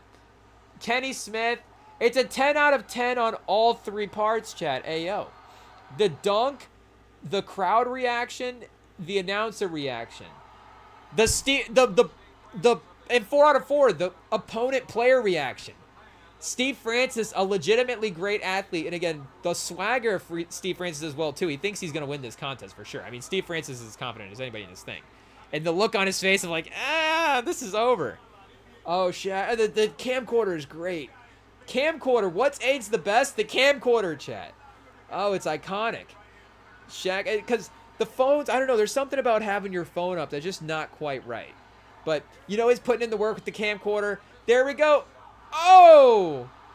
The way Marv Albert just perfectly cuts off. He's like, oh man, it's just, there's no words. There's no words. The crowd is fantastic. The fact that there's even a whole dunk contest after this is crazy. You honestly could have just ended it there. I mean, I'm sure the crowd noise is just loud in the back because that's the type of environment that it was after this dunk. His ability to extend on the windmills, that might be him and Dominique are the only 2 guys, and Dr. J as well too. But I don't know if Dr. J was in the windmill era in the same way. It was a lot of the one-arm stuff for what they were doing back then. Pause. For the windmills. But the 2-arm, the full, I mean, just perfect extension. 36-inch vertical, the murder. Our Glorilla voice. The vertical murder is not necessarily reading that right, but still, it doesn't matter. 36. Oh, is this the dunk where he gets a 9? Does Kenny give him a 9 on one of these dunks, or is that later? No, the first dunk is a 50 for sure. I guess Kenny's saying, well, let's go home, so why would Kenny give him a 9? But somebody gives him a 9 later, and because I guess that is the sneaky thing of this Vince Carter performance. It is not technically a perfect performance. All of his dunks are 50 dunks, actually, but they're not all scored 50s because he did get a 49 on one of his dunks at one point. So, it is what it is. What age the worst? Whoever gave that guy the 9. I guess, chat, I mean, this just shows you how dominant this Vince Carter dunk contest performance is. I was saying earlier that it was awesome that Vince Carter went last. I think there's still 2 dunkers to go. So, these guys just literally just get wiped away from history. But, again, and maybe that is just the comparison of it's really, I think, the crowd energy. The crowd maybe was just really good for an All-Star weekend. There was an anticipation that I think maybe was it just an anticipation that All-Star weekend was going to be good. And now the crowds know that they're just there because they're just going to see the names on the courts. Like, I don't know if it's a corporate event. Is it like a league socializing media event at this point? Because All-Star Weekend's not a fan event, obviously. And maybe back in 2000, it still did feel like a fan event because, let's be honest, it's a fan reaction. These are fan reactions in the crowds. These just pure sort of passion and energy. Pause. So, again, we really haven't had those sort of great moments. I guess we've had some good three-point moments and, again, some good dunk contests for sure and stuff. But just the entire vibe of the early contest where, again, they were just excited to be there for the contest. And you got really great. You got a couple of 45s to start as well too. Again, you got the great McGrady dunk, the great Steve Francis dunk to start. Did we just skip past the Stackhouse dunk, or did the... No, we skipped past it ourselves. Hey, yo, we didn't mean to do that. Sorry, Stackhouse. I forget if Stackhouse... Somebody, I think, has kind of a little bit of a... Oh, this... Maybe I'll just cave it in here. Michael Keaton, looking very sort of confused with his little mystery... I mean, just the tiniest little sunglasses that you've ever seen, Chet. Hey, yo. Somehow, he's got his eyes covered up by just... I don't know how, but... They are very, very... I don't even know if that was a 1999, 2000 thing. Ayo, that feels of a different time, of like a different, like a British sort of the old country. Ayo, chat. It doesn't quite have monocle vibes, but it's getting there. So we have like a little 360 from our guy Stackhouse. Not too crazy. I think his plan was to go out and just fight whichever judge did not give him a 10. And then that was going to be however he won. So, who has... Oh, no, wait a second. Kevin Johnson's throwing the lob. Oh, Baron Davis. Oh, does he have the look through the headband dunk earlier? Or not Baron Davis, chat. Who is this? Oh, is this a young Baron Davis? Hey, yo. Is this like pre-beard Baron Davis? Was he in this dunk contest? Was he on Charlotte this year? Oh yeah, okay, so shout out. 5 points. Is this 5 points a game, Baron Davis? Oh, looking up his 6 points a game on the box score. He missed his dunk. Did he? Oh, I think he missed his dunk as well too. Let's see. Shaq clowning him. Shout out, chat. Wait, where was he? Third overall pick. Shout out our guy, Baron Davis. Maybe we need to have a Baron Davis retroactive night. It is what it is. What draft was Vince Carter? Vince Carter wasn't that 95 draft, was he? Okay, 98 draft. And then Baron Davis the next year? 99? Yeah, so I mean the league just getting flooded with talent. Boom Dizzle? His nickname is Boom Dizzle. Hey, yo. B. Diddy. Whoa! I don't know if Basketball Reference can keep that one up there, chat. Boom Dizzle, the beard, and Bart Oatmeal? Is this a Simpsons reference that I'm not getting, or what, chat? Hey, yo. Bart Oatmeal. I'm just going to Google search that real chat. Hopefully it's not too crazy and see what happens. Oh, that's... Wait, Bart Oatmeal? I would say that's his Instagram, but I don't think he has 139 followers. I think Baron Davis is doing a little bit better than that. Let's see. Oh, Bart Oatmeal, also a band. Hey, yo. Bart Oatmeal is Baron Davis 2.0. Okay player. Bart Oatmeal is the stage name of NBA legend who is a... Oh, it's his rapper name. Oh, so Bart Oatmeal is Baron Davis. Okay, shout out. Do we need to be queuing up some Bart Oatmeal? Let me look up on Spotify here and see if we can find some Bart Oatmeal real quick. Let me see here. I didn't expect us to be on the Spotify today, chat. So here, let me get set up real quick. But hey, I didn't know that we were going to stumble across Baron Davis's page. So it's all for the best, honestly. Let's see what we can find here. Bart Oatmeal. Does he have his own Spotify page? He does. He's got some, speaking of Metro Boomin and Futuristic Summer, he's got some futuristic summer like artwork here. Steel Cut. Bart Oatmeal, the name of his latest album is Steel Cut. Oh, chat, he might be an artist. Hey, yo. Is the speaker still on? Chat, let's listen to a little Baron Davis, Bart Oatmeal. Who's he got? Jay Worthy on here. Ice Cold Bishop. DeBixgod. D1. Hyde Park Firebug. On Ziploc. California. Clint Capella. Are we going to go Fantano style, listen out of order? Politickin' featuring Ice Cold Bishop has the most streams. But Clint Capella, I feel like... Is this a Clint Capella diss track from Bart Oatmeal? Wait, can we confirm that this is Baron Davis? Does it say? No artist description for Bart Oatmeal, but a couple of similar... Are these also NBA players that are rappers? I don't think so. These are not looking too familiar. What's he appeared on? Definition of Success? Jay Stone? This looks like a good project. I'm down. Is this R&B or is this rap? This could be either one, honestly. Next to a piano, this is R&B, right? Definition of Success? Chad, did we just stumble onto our next new favorite? Nipsey Hussle and Hit Boy? or on this album, hey yo, shout out. I feel like I've heard of this name before as well too. I definitely didn't just click on it because, right? Or maybe I just click on albums where a guy's leaning on a piano next to the cover. It is what it is. To be honest, that is definitely what happens. I got if I'm ever like, okay, what R&B album, new R&B album I got to listen to? Is there one with a guy leaning on a piano?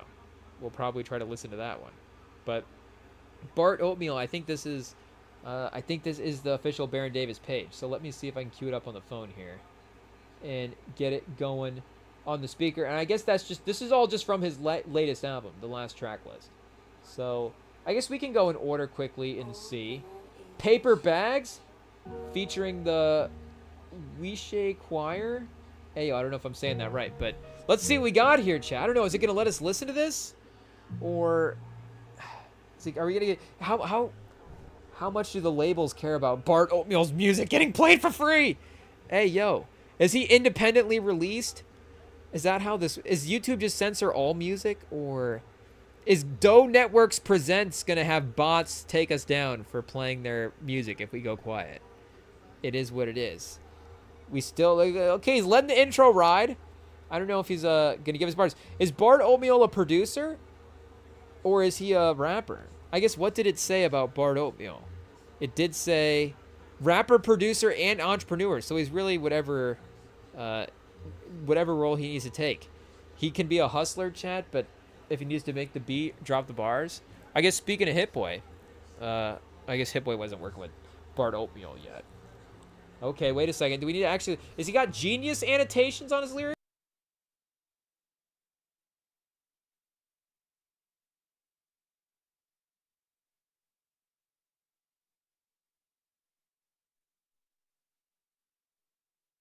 Okay, chat, let's just go ahead and skip to this Clint Capella track and see what we get here. Is there bars? I'm only listening for bars about NBA players. Okay. The beat's not bad. Let's see what we got here. It's a real old school. I feel like Griselda needs to sign Bart Oatmeal. Or maybe, I don't know, is he still out in the Bay? I don't know what's going on. Where's Baron Davis at right now? I guess is he maybe a New York guy as well too? So I don't know where he's posted up at this point, but if Griselda is looking for free agents, Bart Oatmeal is your man.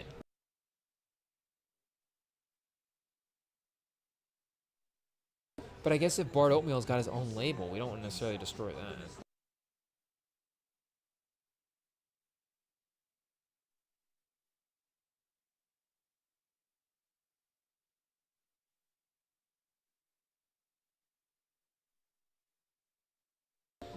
A low-key Tyler the Creator? Hey, yo, shout out Bart Oatmeal. I don't know if that's a crazy take, but, you know, our guys we'll have to revisit this and see if some stuff cracks the rotation for our guy Baron Davis. But you love the branding and you love the business acumen from our guy. He's definitely making all the right moves when it comes to this lane. Pause. And once again, we are just missing dunks. I mean, Marv Albert continues to react to Steve Francis throwing down some crazy attempts here. Is that who... he doesn't play T-Mac in the championship game? I guess it's Steve Francis versus Vince Carter later on. We got down to the last one. So there's a rerun of that first dunk. I guess just a rerun of the first round in general. I guess we just missed the second round of dunks. So we got to see. Yeah, Stackhouse, just a 360, honestly. That's probably like an 8. I know that, you know, Vince Carter is just putting, its legs behind, facing away from the basket, between the legs. Oh, chat, you got to be able to make the bounce off the backboard. That's the number one thing, of course, for this dunk. Is he going to pivot away? I guess that doesn't count as an attempt. Oh, that time it's a bad pass. I mean, Kenny made that dunk look so easy that, again, the dunk itself just looked easy. It's like, oh, yeah, all I got to do is just bounce it up, and I'm going to be catching this thing and dunking it, and it's going to be a easy 50 every time if I have to do it. I guess if I have to do the Kenny Smith gets a 50 dunk, I'll do it. But, no, you got to get that pass just right. And, again, this is the attempts format, not the time format, so he definitely would have been panicking with the time if it was like 90 seconds for him to try this dunk. And he might pivot away just for the sake of the variety. I mean, at some point, you got to win the crowd as well, too, if you're going to just try that dunk 14 times and make it eventually. Then it's like, oh, yay. But going back for the windmill, trying to maybe do a little double pump, missed it on a reverse on the other side of the rim. I don't know what was going on there. Garnett loves it. He thinks it's hilarious. I don't know if the Timberwolves were ever thinking about trading for Larry Hughes at some point in there, but I think Garnett would have stopped laughing and definitely gotten a little bit concerned. And, oh, chat, now that we look back over at the score for the WNBA game, the Link are up 72-50 as the fourth quarter is about a minute and 15 seconds. Anyway, 8:45 left in the fourth quarter. 72-50. Shout out the Link, of course, the dominant team. So I'm not saying they just pulled away. I'm just saying that I just now looked at the score. Angel Reese underneath the basket, though. Great finish. Collier on defense. Nice little reverse, for sure. So the offensive game continues to be there as well, too. So is Bart Oatmeal, is he going to be on Futuristic Summit? Baby Thug, not Thug, who do we get? 2 Chainz. Baby 2 Chainz Future and Bart Oatmeal. All on Futuristic Summit. Maybe all on the same track. Are they all jumping on one track? I guess I was thinking it was 3 tracks as well, too. It's just Metro Boomin and Future, Metro Boomin and 2 Chainz, Metro Boomin and Bart Oatmeal. But maybe it's a posse cut with all the guys, and then we're getting one extra song for the week. Wait, but one verse from each of those guys. So I guess the thing of it is it's a song from each of those guys. There's a good chance that it's more than one verse. Oh, T-Mac. So T-Mac gets the bounce pass from Vince Carter. Vince Carter standing under the basket. The bounce pass. T-Mac gets it, a little bit lower on the pass attempt, and then is kind of in a windmill at that point. He can complete that windmill, and then he gets it kind of about his shoulder, I guess. And then, yeah, the windmill. So I guess, mid-range for the pass. And then his just incredible leaping ability as well. And I think it really was, of course, Steve Francis' confidence, as you would expect, that carried him. Because I think Tracy McGrady had a little bit of, he just knew that Vince Carter was going to have the better performance. And I don't know if they were working on their dunks together as well, too. I don't know if they said that at all at some point. But he did get a 49 on that one. So he's playing for the second round at this point. The only one he's really worried about is Steve Francis. He just needs Steve Francis to not get a 50 on this next dunk. But that's looking like it could be pretty difficult. So this would have been a nice boost for the Steve Francis career as well, too, to be honest. I mean, again, the thing about Vince Carter is his career itself a little bit more legendary, but he also had at least a couple other moments. Like, he does have the Olympic moment as well, too. Like, you could definitely argue either of those. Like, the thing about the Olympic highlight is it's a one highlight versus the dunk contest is a performance. So he kind of does the same thing again, but this kind of does the side. I was going to say, cock to the side, but pause. But kind of has it on the side. And, yeah, again, just the swagger and the confidence. He's just fun to watch, chat. We're queuing up Steve Francis highlights after this. Screw it. It is what it is. Metro Boomin, you're not dropping it out. We'll watch Steve Francis highlights instead. I don't care. Do we need to just revisit some of the Steve Francis stats? Steve Francis goes on first team All-Rem and Sam. I don't know what round we draft Steve Francis in, but we're drafting him, chat. I don't know if we take Steve Francis over Baron Davis as well, too. Baron Davis was pretty good himself. Ooh, Steve Francis, one more All-Star. Hey, yo, Stevie Franchise. I feel like Baron Davis might be able to play with some other people a little bit. I don't know, Steve Francis kind of. But regardless, Steve Francis a little lower on the field goal percentages. Who cares? He's having fun. He's slashing to the basket back in the day. They're not shooting outside jumpers. Steve Francis is like, I can win in the NBA in dunking. This is how it works in the post-Michael Jordan era. I have to be able to dunk. So, shout out. Yeah, Houston, Orlando, and then a couple of New York seasons. So a 3 All-Star year run in Orlando. After, where was he drafted? 99 drafts as well too. So Baron Davis was him and Steve Francis back-to-back picks. Ooh, and Odom. Whoa, the 99 draft is fun, chat. That's a fun top 5. We just missed another great Vince Carter dunk. Going back one more time. Let's see. We knew that. Again, he was probably, I guess he still needed to advance because Francis and McGrady both put up great ones. So if he had missed or something, he could have potentially been out of the second round as well too. Who is the white guy here, Chad? Oh, it's Rick Barry. I'm an idiot. It's Rick Barry, obviously, of course. A younger Rick Barry. I feel like maybe it's throwing me off a little bit. Is it a Barry? It's got to be. I'm pretty sure. Oh, this is behind the backboard. 360. When he starts the takeoff, he's looking away. I guess maybe more of a 180, but still. The windmill as well attached to it. The starting points, the launch angles. Like, that's kind of what Steve Francis did. As like we were saying, the variation on the same thing, but it's leaning into what they do best. For Steve Francis, it's that kind of the long leaping, the explosiveness, and for Vince Carter, it's the hang time and the body control that we're really in, as well too with the power, of course, and all that stuff. But those two things specifically, definitely, because you would say that. I mean, Steve Francis definitely had the glide. He could definitely glide in the air, for sure. But again, he had a little bit more of like missile energy, whereas Vince Carter was just like a hot air balloon. He's just floating in the air. 35 on the jump meter. I feel like they probably retired the jump meter, vertical leap meter, after the 2000 dunk contest, when they're just like, we just got to start lying. Vince Carter's having the best dunk contest of all time. It's saying he's jumping sub 35 inches. Yeah, this was the 49 right here. So who judged him on that 9? I forget. We didn't get a judge's scorecard. Hey, yo, wait, let's go back real quick and see what we got. Did they give us a scorecard? Oh, was it Rick? Is that why they were interviewing Rick Barry? Or it had to have been George Gerving. Oh, was it Isaiah? I guessed everybody but the guy. Oh, chat, don't make me the detective. It is what it is. The guy is definitely getting away. No, I feel like Isaiah, for a dunk contest, he loves the dunk contest. He's giving everybody a 10. He's having a good time. He gets caught up in the fan stuff. He wants the crowd. He doesn't want to lose the crowd either. Isaiah would rather overvote than undervote, because nobody's going to boo him for voting a 10. They'd just be like, oh, hey, Isaiah's a nice guy. He's giving him a 10.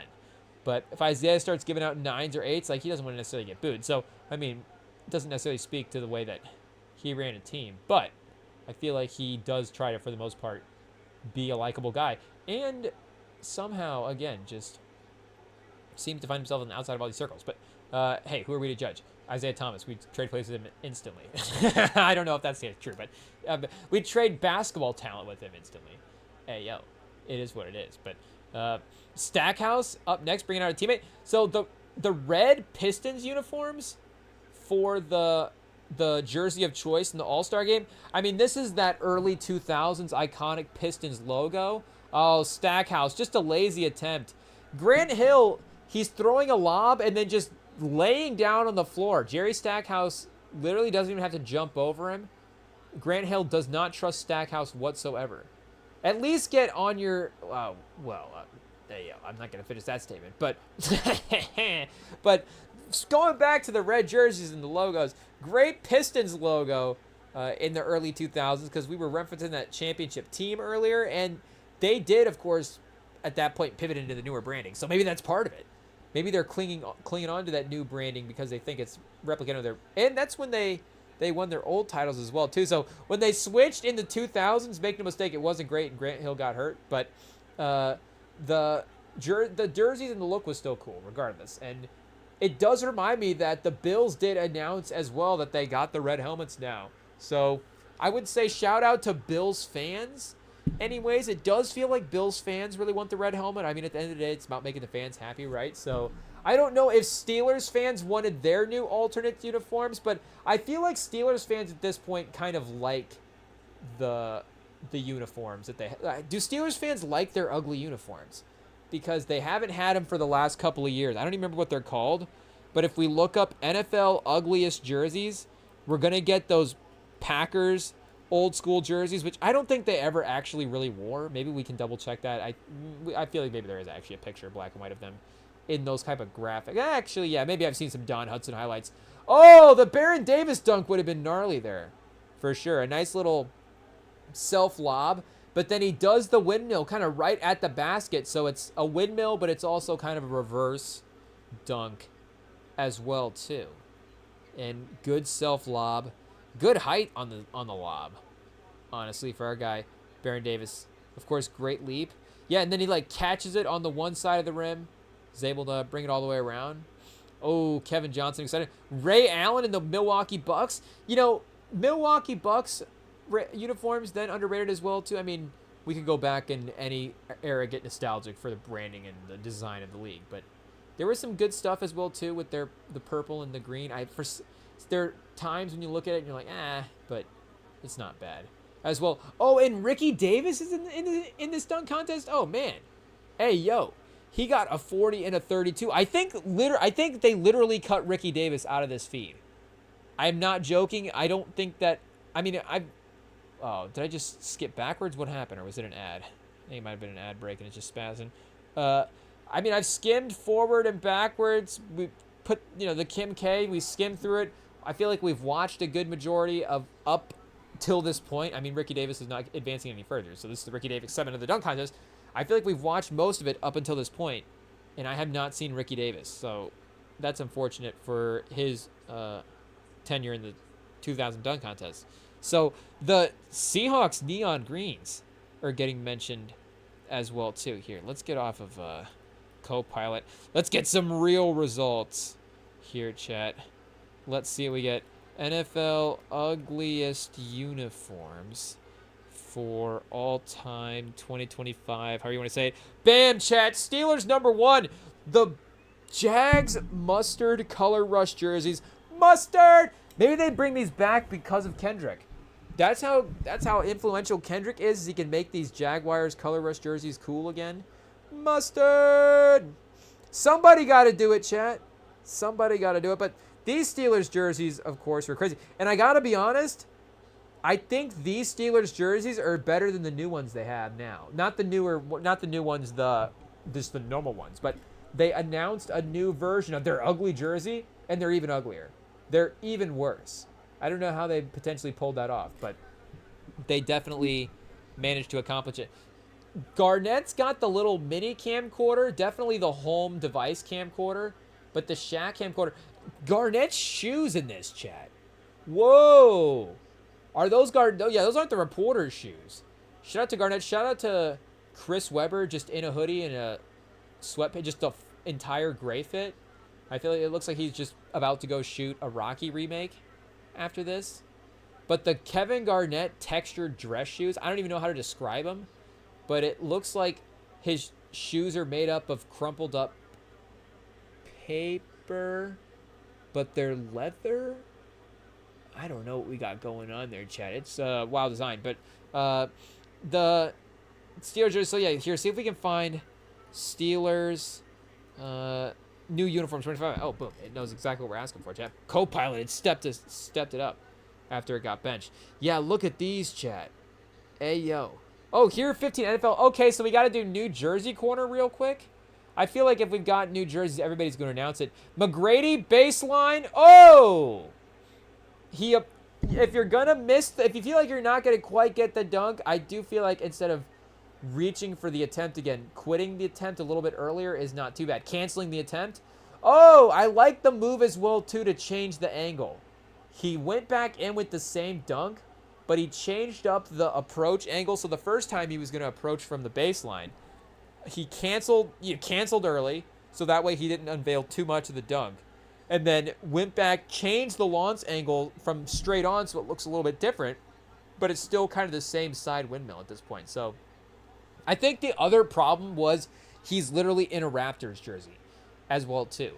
And sort of kind of aesthetically the same as Steve Francis. Like that's Vince Carter. Steve Francis, at least body type wise, a little different than Vince Carter. So at least just looking at it watching them side by side, there is a little bit there, but he does get the 50 on that third dunk. Shout out! I forgot that Tracy McGrady had this. For some reason I wanted to say that his last couple, he didn't have the highest scores, not like 30s, but just didn't have like 48, 49s or 50s or whatever. But maybe it is Steve Francis, and I'm a memento, like trying to remember it the other way. And now I'm saying, no, Steve Francis, he did have a great dunk contest. He did score all 50s. He did win. In a couple of years, it'll be Steve Francis winning the dunk contest. It is what it is. But, yeah, Elton Brand, Steve Francis, Baron Davis, and Lamar Odom for that 99 draft. Richard Hamilton is number 9 as well, too. Or wait a second. Was that? Oh, number 7? Even Zerbiak at 6. Zerbiak is a fun player to have. I don't know if you just switch up the order just enough. There's a version of this where Zerbiak is like 6-7. Sean Marion, Jason Terry, as well too. I mean, Sean Marion, of course, on the Mavs finals team as well. Meta World Peace on the Lakers finals teams. So you've got some great contributors to those teams as well. Oh, he missed the first one, Chad. Steve Francis missed his first attempt. If he had, it was off the backboard, that little side to the side between the legs. Oh, did he miss them all? Oh, Chad, Steve Francis. So yeah, he didn't get the last attempt down, unfortunately. And I guess, is it T-Mac versus Vince Carter in the finals? Okay. Hey, yo. Shout out. We shall see. Or does Stackhouse advance? Maybe Stackhouse's third score is just crazy. I don't think he's got that much between the first two. Craig Sager. All these guys, I feel like the guys don't just lay down on the other end as well, too. That's something that they used to do back in all the dunk contests. Because, I mean, there's so many props, again, and moving parts and stage stuff that maybe you just can't get in the way. But it does have that again, it's just like the casual vibe of the in-between events type of feel of this. The guys on the courts, the just hanging out. Like, oh yeah, it's just a chill after practice session, but also there's a stadium full of people and it's All-Star weekend. So T-Mac competing against Vince Carter in the championship has to help Vince Carter compete in the dunk contest to get the win. We've got the running start for the potential, long distance. Oh, Chad, it looked like he was gearing up for a free throw line dunk at that point. Is that what aged the best right there? Is him always faking us out on the free throw line dunk? If he had done a free throw line dunk lob, that would have been pretty cool, because I think we did see Zach LaVine do a version of that in 16. And the way he was able to improvise on some of the free throw line attempt stuff was pretty fun. Oh, Chad, so we did get some slippage on this attempt. The first attempt of the third dunk. It did not, I don't think, count as an attempt. We had slipped out early, pause. He did not actually get a dunk off. But it was the first time that you're like, oh man, this guy is not just pre-programmed to accomplish all this stuff automatically. But the lob from T-Mac is spot on. This is the dunk where we get the point up to the sky. Afterwards, Isaiah Thomas is having more fun than anybody. I don't know if anybody's had more fun in the history of basketball than Isaiah Thomas at this dunk contest. He's literally kneeling down to Vince Carter. It's like it's like Forrest Whitaker in Black Panther. Like, yes, my king. Hey, yo, pause. But, I don't know what, Game of Thrones. I don't know what show we're talking about there. But it is a very fun time for our guy, Isaiah Thomas, in this dunk contest. Even Shaq, it was that initial reaction. I don't know if he kind of chilled out with the reactions or stuff. They did kind of start pivoting to Chris Webber and Kevin Garnett as well, too, for the sideline reactions. And then Isaiah is just having a blast as well. So pause. Gervin, I don't think anybody's having a good time, but you got to have Gervin to balance out Isaiah Thomas for sure. This is a 37 on the vertical leap meter for Vince Carter. And there's just no way that's true either, because when he kicks his feet up in the air, they're at least 40 inches off the ground. So that's not right. We mentioned Jason Kidd sitting over there as well, too. I don't know who else we got over here. Corey Maggette? I'm not sure, but we'll have to see. So, yeah, there's a 50, 100 points for, and I guess the third, they score your two best of the three back in 2000. So he gets the 250s. So I guess in some ways the 49 doesn't count. But if he had, and obviously like in the Olympics, if you have a fast time in the semis, like if you set the world record in the semis, it still counts as the world record. It doesn't just have to be the world records like a championship. Like if you have all 50-point performances, it doesn't matter, if it's like only the ones that count. I mean, yes, that's impressive too. But also just on every attempt scored, you got a 50. would be crazy. So Stackhouse just went straight for the free throw line dunk. He saw Vince Carter queuing up for it, and he's like, no, wait a second. That's in my set. I'm doing that dunk. I'm doing that one. And then Vince Carter bailed and did something else. Pause. Got a 10. Had one of the most iconic moments. Isaiah Thomas got on his knees. But Stackhouse, I mean, he's a good 2 to 3 feet inside the three-point line. It is what it is. It's more just takeoff from inside the arc, or just inside the three-point line, more so. He takes off about halfway between the bottom half of the circle, pause, and the free throw line. So again, he's a good full stride in front of the free throw line. It is what it is, but it's still a distance. But you gotta just get as close to that free throw line as possible, because unless you're Zach LaVine, historically you're not going to be doing that much off the dunk itself. So the pure distance has to be impressive, and if the perspective of the free throw line is still like a good foot or stuff behind you, it's just not gonna, of course, necessarily impact in the same way. So shout out to Stackhouse, a valiant effort. I don't know how many dunk contests Stackhouse was in. He doesn't necessarily seem like a dunk contest type of guy. He doesn't necessarily seem like a fluid athlete. I don't know. I haven't watched a ton of Stackhouse. Now they're interviewing Isaiah. Isaiah is just absolutely stunned. Just the biggest smile on his face, his eyebrows are raised. He's just shrugging his shoulders. I don't know why I don't have sound on for that. I thought I did. Do I not? Do I have sound on for both? Is that why I'm getting confused right now? I feel like I'm hearing the WNBA game in the background as well, too. So, here, let me... Yeah, okay. Boom. Perfect. We are chilling. So, I guess we're not going to see exactly what Isaiah said there. But, but he is, either way, definitely enjoyed himself. So, Baron Davis up next.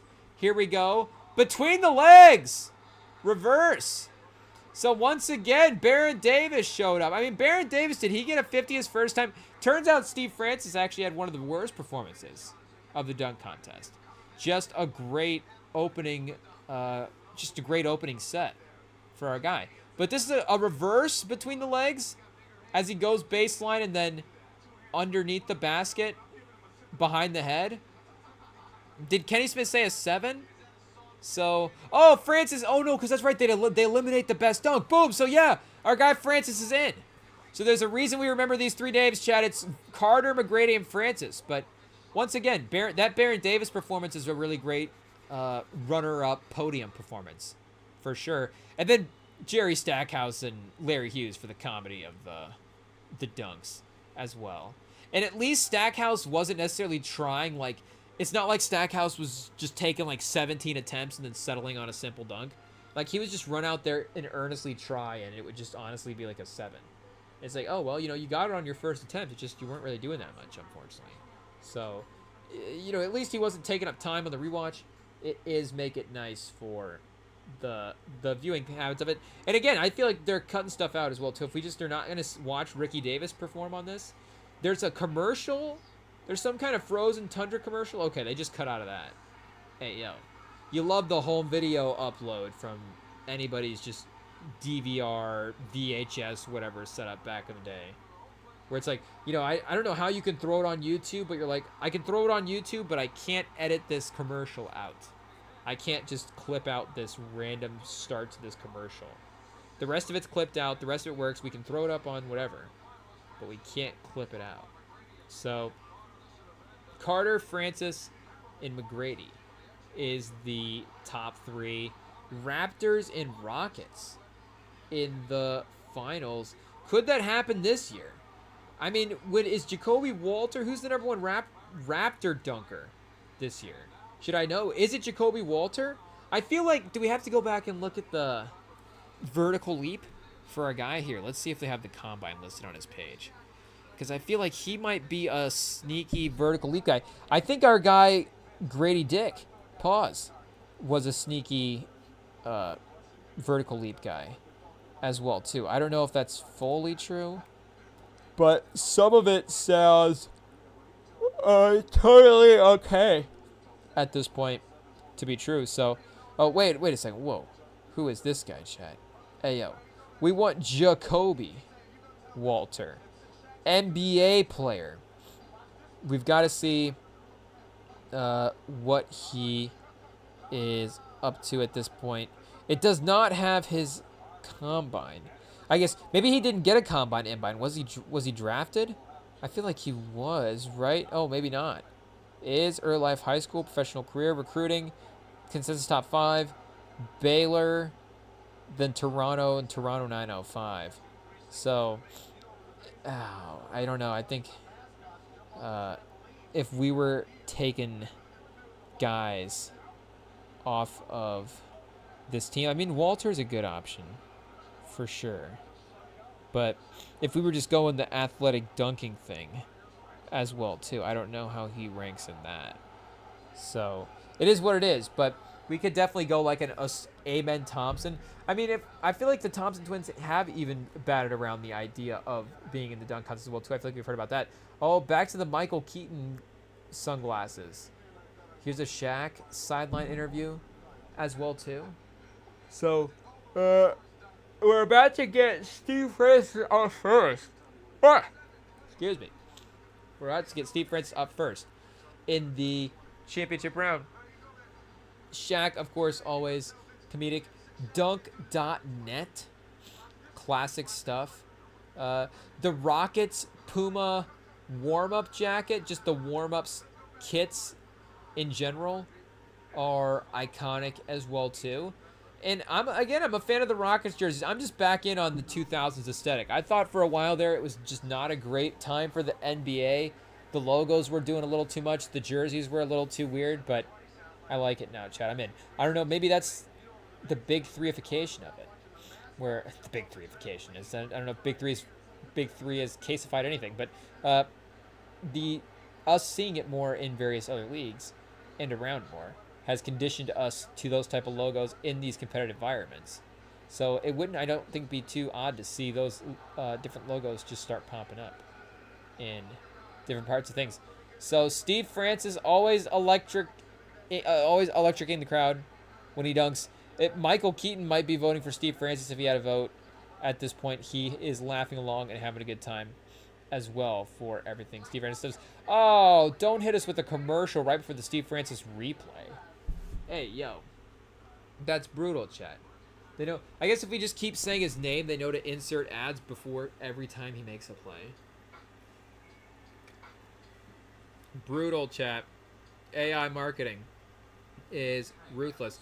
And it's definitely said we could skip this ad 20 minutes ago like 3 different times. I feel like that definitely plays across ads. Oh, here we go. Now it's going to list. Oh, it knows we don't have our remote out, chat. It's like, oh, we got him. He's trapped. We got to skip it anyways out of principle. Perfect. Oh, wait, we didn't skip it? We did skip it. Now it's down to 5? Wait a second. Skip. Okay. There we go. Steve Francis. Ooh, the wide windmill. But not quite able to, again, he's not able to get the full extension on that windmill pause the way that Vince Carter is able to, where it's almost like elbows locked and then just the fluidity of his arms just spinning in his shoulders when he whips around and gets those dunks. Like, Francis just doesn't quite have that level. But they say he is at 43 going into this dunk here. So not totally crazy. T-Mac up next. The baggy shorts. Hopefully they don't try to get in his way when he goes under the leg, chat. Pause. I feel like that's definitely been a signature move for our guy at this point. Self-lob. Not quite on target. Does he need to bring out the teammate? The Iverson? Or I guess Iverson, Philly, not Toronto. Sorry, Larry Hughes, the Toronto jerseys. It looks similar. Okay, so he basically just copies Steve Francis there as well, too. So he gets a 9. Did Steve Francis get a 50 on that score? I don't think he did. But our guy T-Mac definitely probably more a 7 or an 8 with the copycat style. Immediately a dunk over and being taller as well, too. Yeah, the same self-lob, the same windmill. You know, definitely, you can tell he definitely committed to the windmill portion of it a little bit more than Francis did. So, in some ways, that's good as well, too. You love to see that. But His first dunk ends up being a 45. Stackhouse wins. It gives him some sort of advice on the sidelines as he looks up at the Scurbird, and I don't know what he whispers. Stackhouse doesn't seem like he covers his mouth up when he's trying to make a point with the player, like disguise his what he's saying for the lip readers. He'll just talk. He just seems like a guy that just doesn't care. But Vince Carter, we've got him stepping back to midcourt. He is, chat. He's brushing off the elbow. What does that mean? What could he possibly be needing his elbow in a dunk for? Oh, that's right, because he's about to hang inside the rim. And he honestly didn't even, I feel like a lot of guys really commit to the hang afterwards. Pause. It's like, we really are going to, Isaiah once again just crippled at this point. Michael Keaton is actually confused. Like, literally stunned. Like, wait a second, you do this in basketball? You can stick your arm into the rim like that? Pause. Whoa, ayo. It is crazy, chat. Yeah, because he swings back up right away. So a lot of guys now will really stick it and just hang there for a second. And it's tough to hang on your elbow after that dunk as well, too.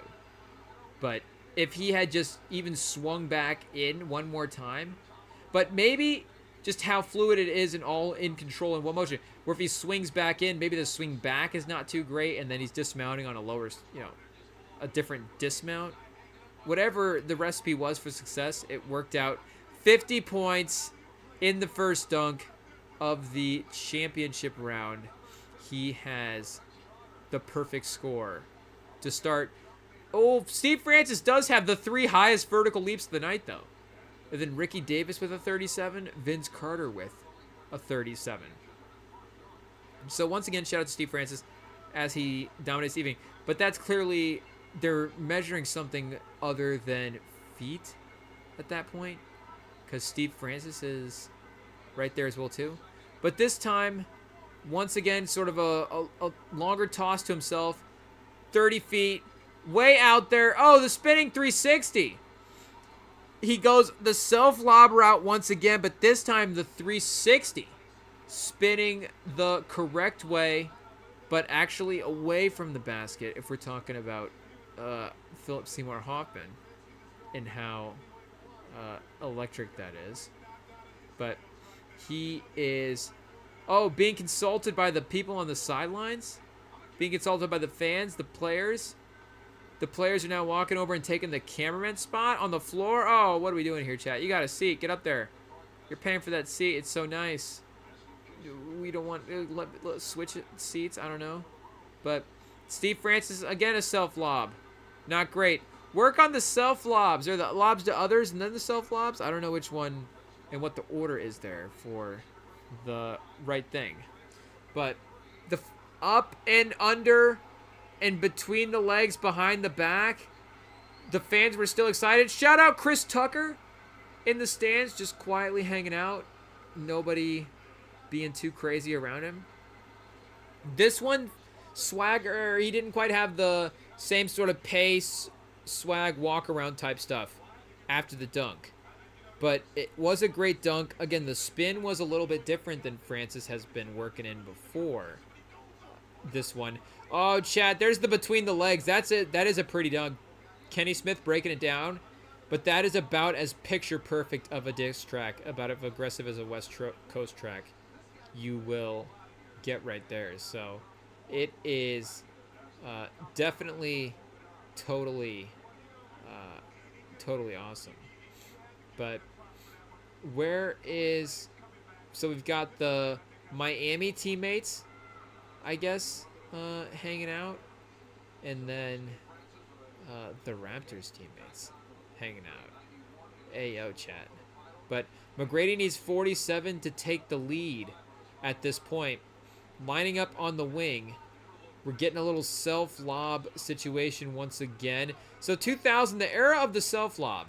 This was the prop that we really had brought in. Oh! McGrady feels like a little copy-ish of some of Steve Francis' dunks. And once again, Steve Francis is just a smaller player. And the vertical leap and all that stuff is just going to incline more his way. he's going to have an advantage in all the different stuff. Because eye test-wise, it's pretty close to just the same skill level. And it has to be separated in those little things like that, so. Did he go 0 for 3? I think it doesn't matter. Yeah, 0 for 3. So there's the T-Mac 0 for 3. I knew it was in there somewhere, chat. Ayo, pause. Whoa, whoa, whoa.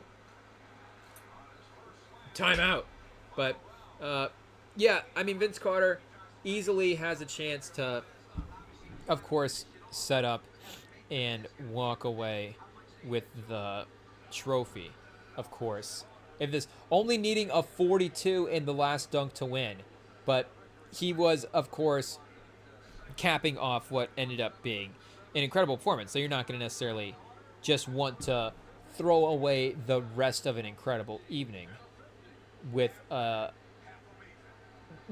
just a simple dunk as well, too, to wrap it up. Even though you don't need too much. I guess a 42 is enough where you don't necessarily, you have to at least put a little bit effort, because it's difficult to score like a 46 in the dunk contest. Like, you're like, okay, I'm going for a 50. But obviously, so wait, does he miss a free throw line dunk first?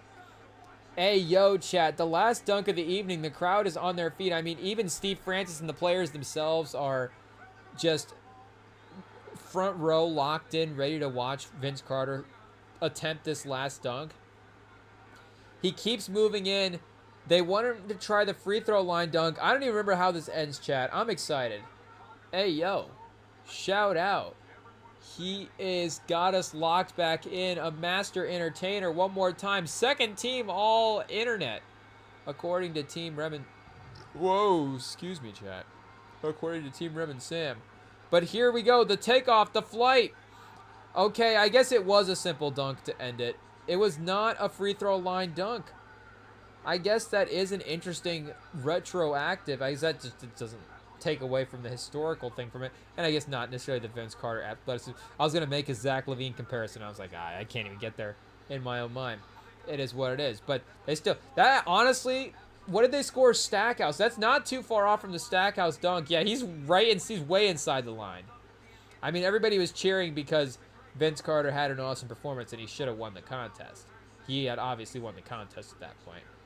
I would like to hear what he says about that dunk specifically. Vince Carter, call in the free throw line dunk. Like, you missed it. Kind of bad. It is what it is. But I'm sure he would get defensive and immediately start talking about his good dunks. And I mean, obviously, it would just be clowning him. So we'd have to, maybe that'd be hour 2 in the Vince Carter conversation. But shout out. So yeah, they have to replay Dr. J and 74. Shout out. 74 just right on the line. Foot on the line. They can't add the Zach LaVine one in here because it's $19.99. Oh, Brent Barry from the free throw line. Hey, yo, shout out. You forget about that one. A more forgettable dunk contest. And that again, he's like the third, fourth guy who starts doing it at that point. Vince Carter is like a whole foot inside the three-point line. It's funny that Vince Carter's performance is so much better than Brent Barry's performance, but his free throw line dunk is so much more worse than Brent Barry's free throw line dunk as well.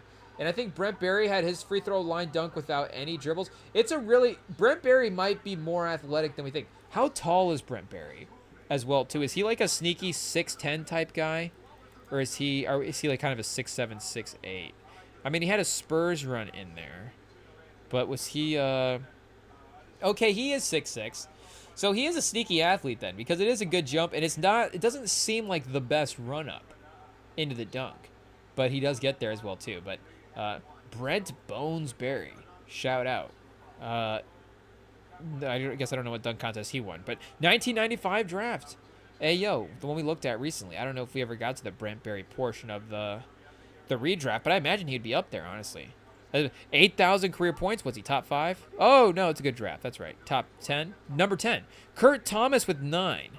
So I guess Brent Barry, we're giving him stock for winning the dunk contest. Corliss Williams. Yeah, we're still taking Corliss Williams over Brent Barry, as much as we love Brent Barry. As much as Brent Barry might actually be a little bit more versatile with the skill set. 46% from the field, 40% from 3. I mean, Brent Barry ahead of his time. Brent Barry would have been good, of course, nowadays. I don't think that's a hot take. 10.8 a game in 2003 Seattle. 45% from 3, 50% from the field. Only 82% for the free throw line, so couldn't quite get to that 50, 40, 90 club. I guess he didn't quite get there really in any of the seasons, unfortunately. His free throw percentages were just a little bit too low. But he's really killer efficient from the rest of the field goal stuff. Again, 46 and 40 for his career. Ayo, chat.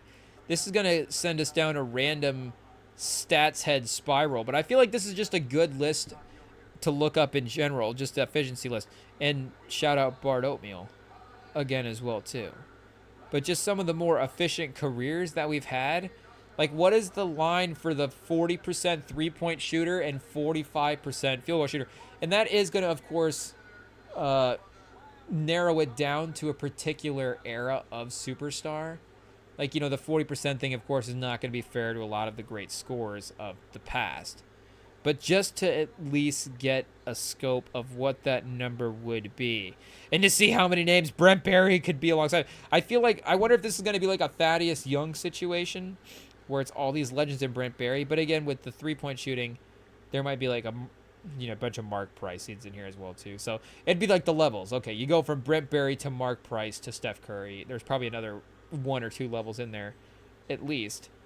But where's field goal percentage? Okay, field goal percentage at 40. I will just go the full 46 and see what happens for the stats here.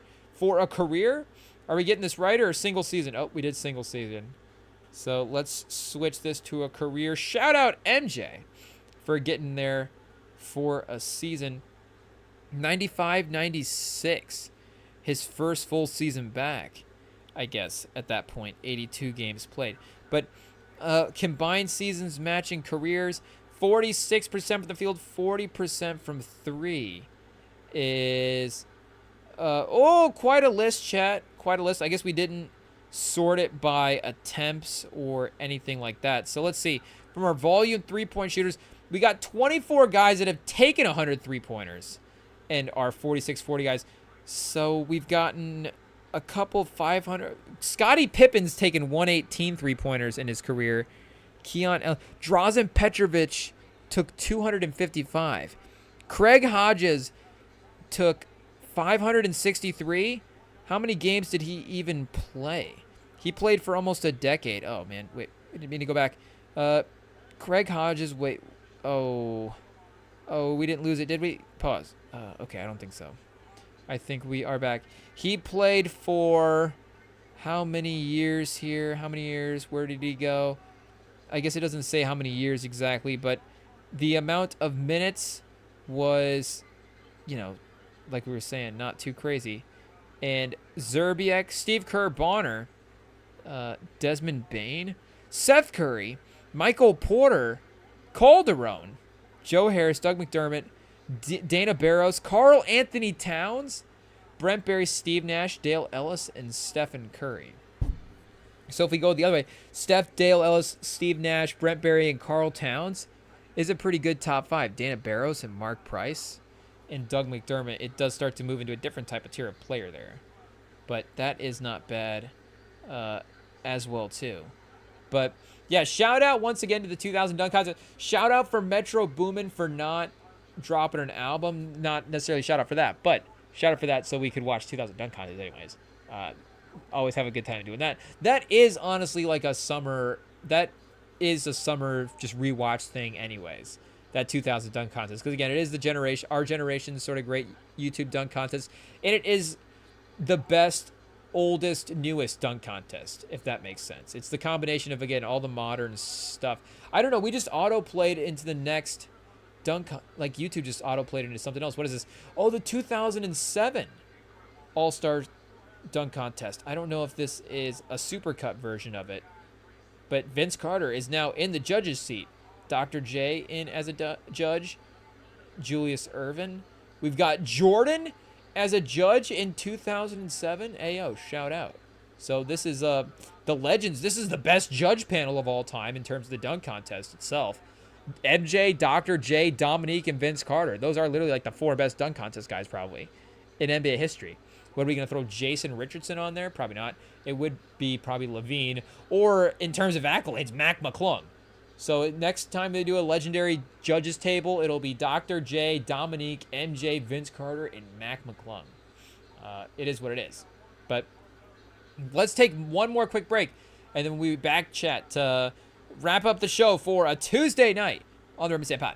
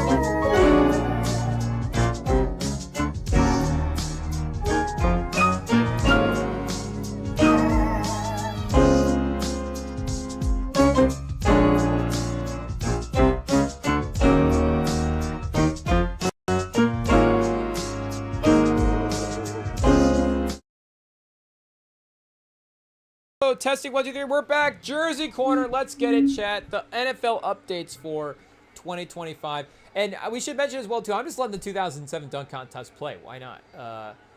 It's the Gerald Green Boston Celtics dunk contest. Actually, now Dwight Howard trots out on the court. Probably going to end up being a Dwight Howard, Nate Robinson dunk contest, though that was like 9-10 range as well, too. And then we get Blake Griffin in 11.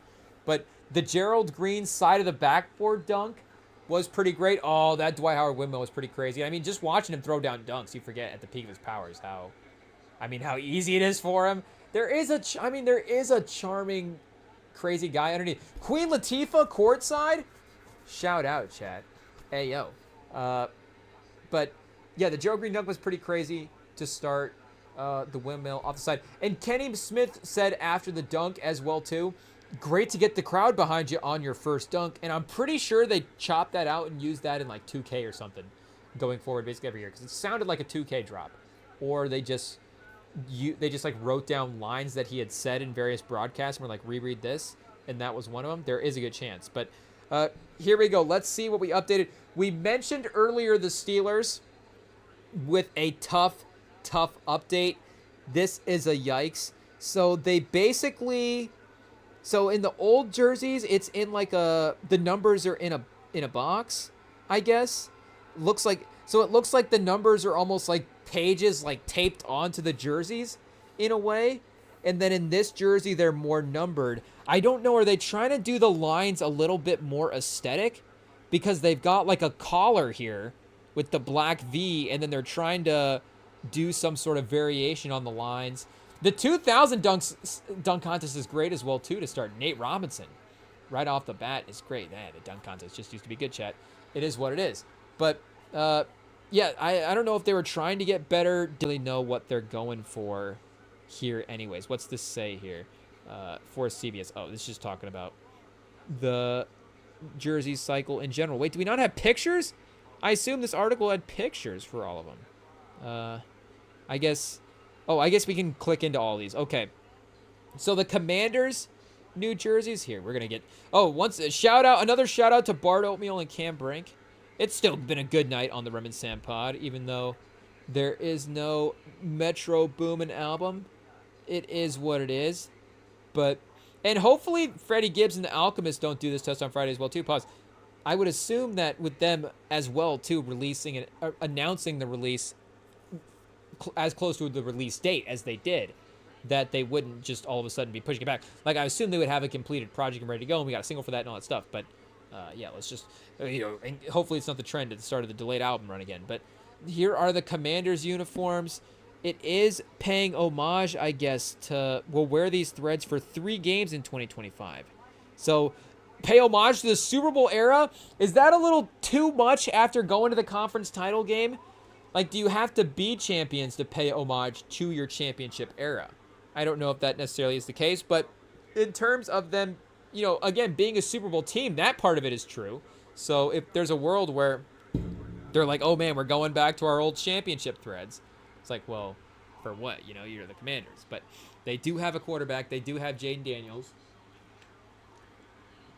So they are set up for the future in a good way.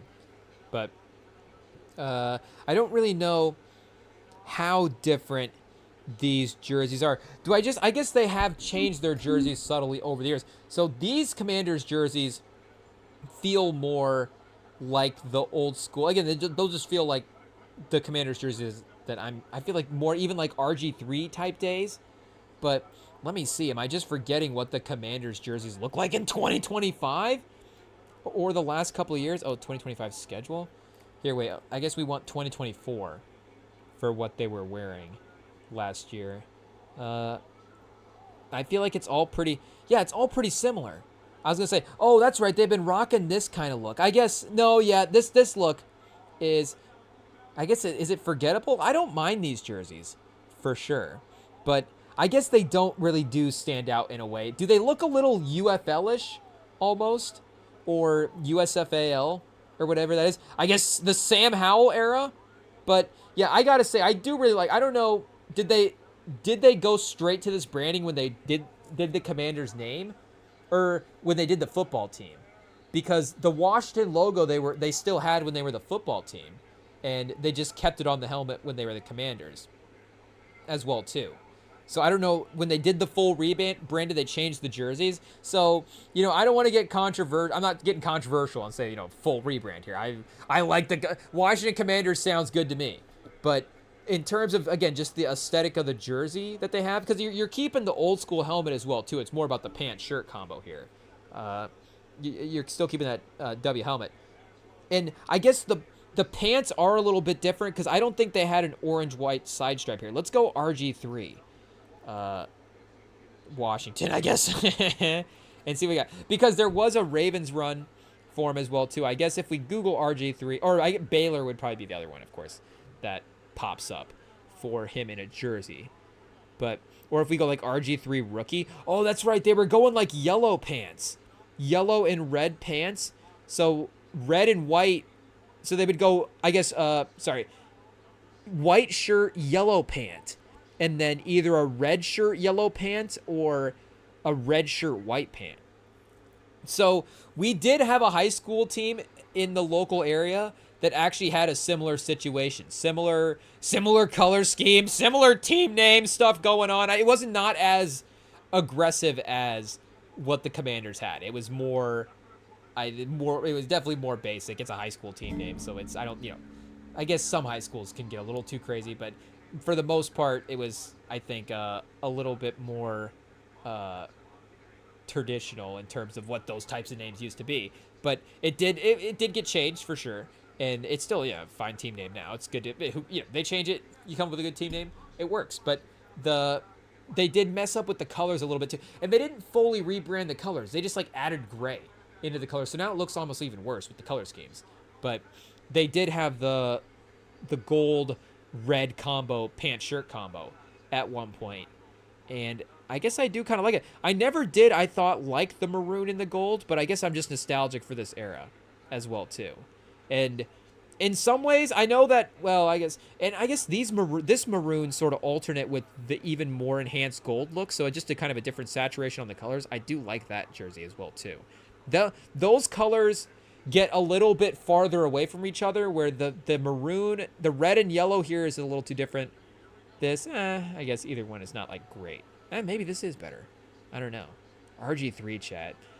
Again, maybe we just like a guy where we can go back in that draft and be like, Andrew Luck was still definitely the best quarterback, but I loved RG3. I remember there was a second there where there was an internet article of different mock-ups for, I guess there was really only the two guys that they could debate. I don't even remember who the defensive other players were in that draft, like the second and third defensive, like who were the best non-quarterback players in that draft specifically. It doesn't ring a bell, because you also of course have, the Washington drafts Kirk Cousins in that draft of course as well, but you also have Russell Wilson in that draft, so it just is a good quarterback draft, and that becomes the notable thing about it. But in terms of rest of talent, maybe it wasn't necessarily as stacked compared to some others, and that's why the names don't necessarily get reminded of as much. But yeah, so Trent Richardson goes 3, Matt Khalil, Justin Blackmon, and Morris Claiborne, Mark Barron, Ryan Tannehill. Yikes! That's a run from 3 to 8. But you get Luke Kuechly at 9. So shout out. Don Terry Poe. Oh, chat. If I could have rooted for a team for just even like a couple of seasons that was like RG3, Don Terry Poe, and Dre Kirkpatrick, I'd have been having a good time. I like this 2012 draft, guys. Riley Reed.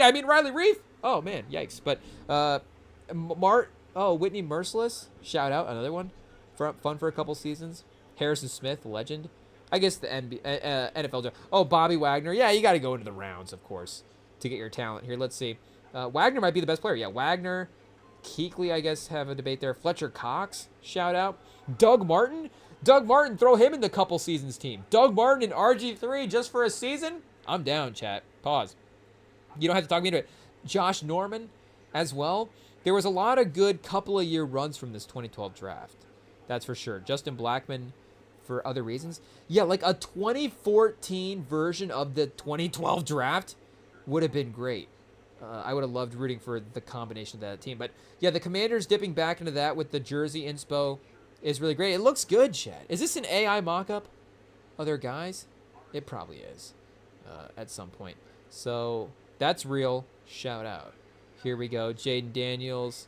Yes, sir. Yes, sir. Everybody looking sharp. Deebo Samuel. They're saying he is locked in the offseason right now with the training stuff.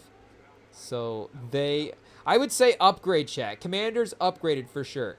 The Saints have unveiled the new white alternate helmet that you can see here. The Saints will also be releasing a new alternate uniform on July 22nd. Oh, okay. So did we get the Saints uniform? I guess at this point they would have released it. So what do we have for the Saints, chat? If we get it loading. Oh, I don't think... okay, chat. This is not the right types of uniforms. Let's see. Oh, what is this? What is this? I guess, is it just unveiled here? Let's see if this will link it to it. Oh, I think it might. I think it might. I was kind of looking at it like it was interesting. It did not necessarily look too crazy to start. Okay, here's the unveiling video. Hopefully this is not copyright. Out of the duffel bag, pure gold, chat. Cam Jordan, our guy. Oh, it's just the teaser. Okay, so they got us good there. Pause.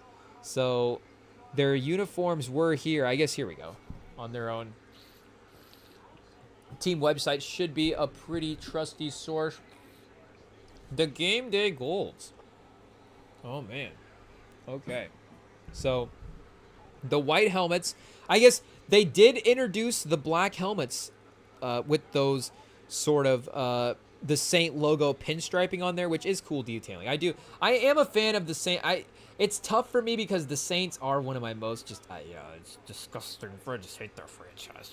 It's just disgusting franchise. But great uniforms, great colors, great design. If they ever move, I would definitely. Now I guess it's not. It sounds like it's a New Orleans thing. It's not a New Orleans thing. It's a 2009 Super Bowl thing. But if they ever rebranded, I guess, and kept the same colors, then just it's like, okay, start fresh. The New Orleans Saints no longer exist. There is another team, or if they change their colors and then some other team is able to claim. I guess that's the other easy way to do it. If the Saints claim new colors and then somebody else is able, a colors trade. That sounds crazy, but we haven't had a team do a colors trade. Like if the Colts went to the Saints and were like, hey, can we be gold and black and you guys can be blue and white? Whoa. Chat, we just broke the realm of possibility. Imagine, we'll give you a 3rd round pick and maybe a 3rd and a 7th for your golden black color scheme, but the Colts' color scheme's iconic as well too, so it works. But this is pretty good. It does have those, modern day vibes of the sleekness. Like you see, again, some of the teams, like we were saying with the Commanders, going back into the past with the inspo, and you get a lot more of the pinstriping and the detailing. I mean, the Steelers are just going for somewhere else, but they've eliminated all of that. I mean, the Saints always have, but this is giving me almost Purdue vibes. I was trying to find the vibes, and it's giving me it's like the Purdue Boilermakers. They just are the New Orleans. This is the New Orleans Boilermakers right here. Shout out. I don't know who will win. What's the FanDuel over-under? Let's see on FanDuel real quick. Who has more win potential? The Saints or the Boilermakers?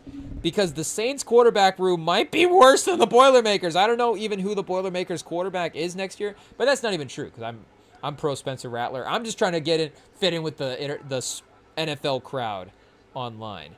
And be like, yeah, no, I definitely hate Spencer Rattler. Yeah, I think he's bad too. Yeah, for sure. Not watching Spencer Rattler highlights at all, believing in him secretly in my own time. But in terms of the actual over/under win total, I mean, week 1, they have got Carolina. Okay, they're only 5.5 point favorites or underdogs. Cardinals, I guess, 5.5 point favorites to the Saints, but that's on the road. So really, they're thinking they're more, a touchdown better at that point. Chat, week 1 odds? It's the first time I've even looked at week 1 odds. Let's go, chat, NFL. We're getting close, but I guess maybe. But let's see here. I guess we just got done with the Summer League, so now it's even the first chance we've had to look at the NFL, so we're not even really that close at this point. But futures, where's win totals? New Orleans Saints are, is it going to be over 5? Speaking of 5.5, their win totals and their over/under spread for week 1. 3.5. We're looking at 4.5. We're looking about 4.5 for the win totals. That's the alt win totals for everybody. Where's just like the over/under win totals for everybody? I guess team specials, maybe future specials, week 1 playoffs. I don't know why they don't have that. So, but about 4.5 wins for the Saints on the year. And then for the Purdue Boilermakers, okay, let's see. This one might be a task to find, chat. Hey, yo. College football. Can we find win totals? Okay, I imagine, do they have it broken down by conference? Oh, by wins. Okay, so 4 wins. Is Purdue expected to win more than 4 games? We don't see. Iowa State, minus 1,600. Rutgers, Pittsburgh, South Alabama, BYU, Houston, Air Force, Michigan State. Michigan State, shout out. Not a shout out, but shout out that they're down here in the 4-win mark. Somebody cut me off on the road the other day, and I looked over, and they had a Michigan State thing on their license plate, and I was like, of course. Of course. It is what it is. But Michigan State people, settle down on the road out there. let's see. No Purdue so far, so Purdue might be better or worse. Is Purdue sneaky good this year? To go undefeated. Oh, here we go. SEC teams. Where's the Big Ten? Big Ten. Purdue. Their win total is 3.5. So the Saints might win more games than Purdue this year. Oh man, it's gonna be a real battle, chat. The Purdue Boilermakers versus the New Orleans Saints. DM us at REMINGTOM and let us know who you think will win more games because the Saints are copying their jerseys this year. It is what it is. But I'm sure you guys also saw the helmet as well. The white helmet is pretty cool, I gotta say. If they do mix it in with the all blacks, I guess, honestly though, an all white fit would be awesome as well too. I like it when the color of the helmet, I like it when the fit is all the same color. I think if it's the away, so that's why I would like it if you could just mix up the helmet week to week in that type of way, because if you just had it a committed, like if the Colts had an all blue fit for home and then all white fit for the road, like that would be cool. I mean, the Colts all white fit is cool, and the Colts, honestly, like the blue and white combo, the all blues with a white helmet, that would be a cool contrast. So we wouldn't even need an all blue. I think an all blue helmet would actually look bad in that case. The white helmet would be a good contrast. But again, the all white fit, can't me now, but the all white fit is a good fit for NFL. You know, it is what it is. But the white helmet, I guess it is what it is, chat. But it looks good. It looks good. Buffalo, they just have the red. They just introduced the red helmet. But I guess this is a way to save us, chat. Like, I think the red helmet, well, it'll look better with a all blue fit or an all red fit. Because if it's a red helmet, a blue jersey, and a white pant, I think that's too much going on for Buffalo. Let's see if we actually got him on the update here. Chat, tomorrow we've got the Browns, Packers, and Seahawks unveiling new stuff as well, too. So, okay. I guess the Chargers didn't do crazy updates. And then the Buccaneers brought back their creamsicle, the white version of their creamsicle jerseys. Shout out. So that's another, again, white on white. I guess, 2025, everybody's bringing back the all white uniforms. It is what it is. But the Chargers, they got the all gold and the all blue. The all blue, I think they've had a version of that before, that all navy, but they've never committed to it in the way that they should have. So I think they're committing to it this year. And then the all golds, I think, are going to be crazy. They're really striking, and I don't know how to feel about them at this point. But because the Chargers, because the Chargers branding stuff is so cool. So, I mean, they have every pant, shirt, jersey combo in general. And the problem is they have to go through all these other light blue combos to get to the navy blue, which, again, see what I mean? So this is another one. The helmet aesthetic being the same as the jersey is the best. If the white helmet was on this one, it would look great because the navy is fine. The navy is fire.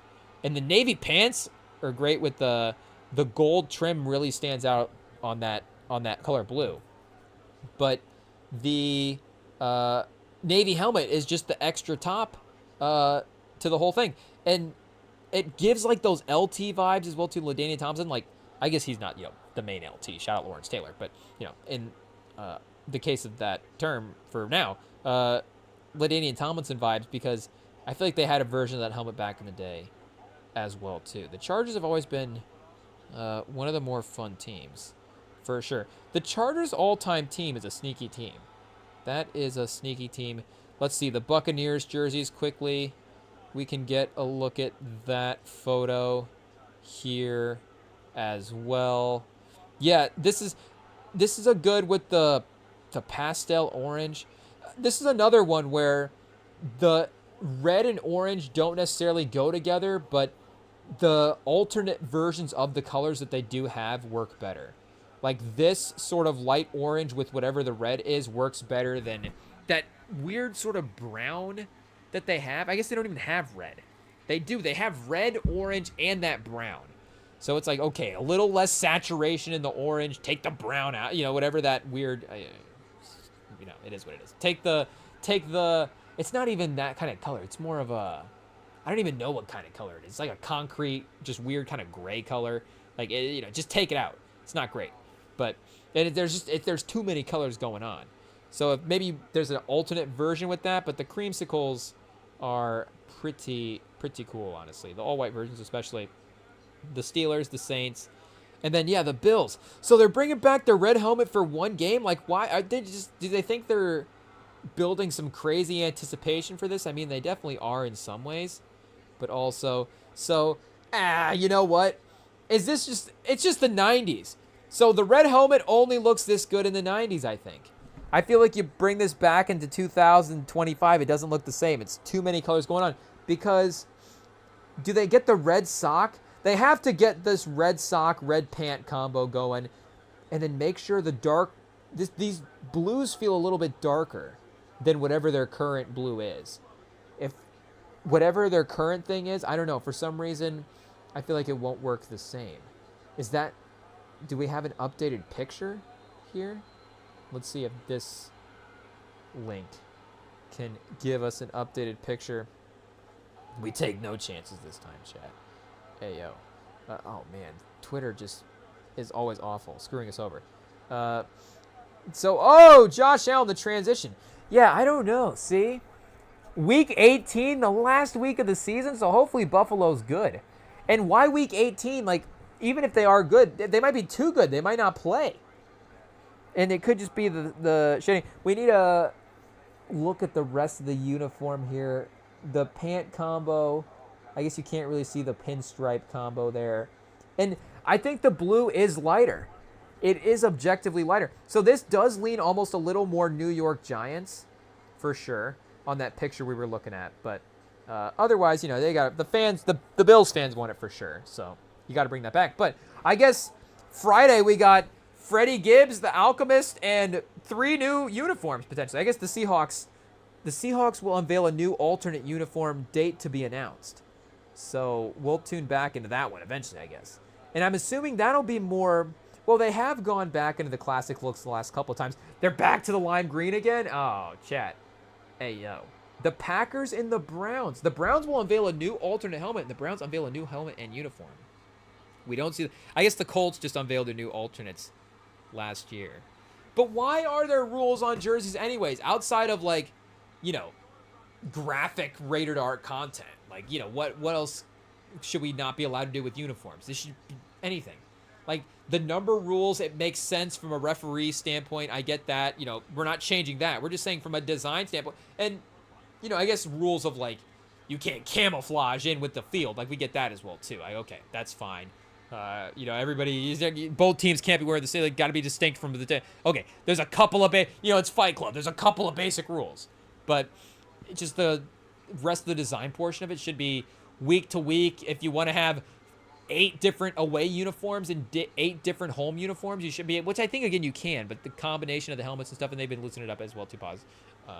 I think it's all, the jersey rules in 2025 are going in the right way for the NFL. Hopefully they're getting that stuff figured out. But, so shout out for those tuning in. I guess, unfortunately for us, no Metro. Unfortunately for us, we just got the Metro songs that he's dropped before. I guess, it's a great discography, so that'll have to hold us over for one more week until we get Futuristic Summer, and then we'll be back listening to that. But, yeah, like I said, it's a stack time in hip-hop anyway, so even if he's pushing it back, this span of the year, this time of the calendar, albums are just being released all over the place.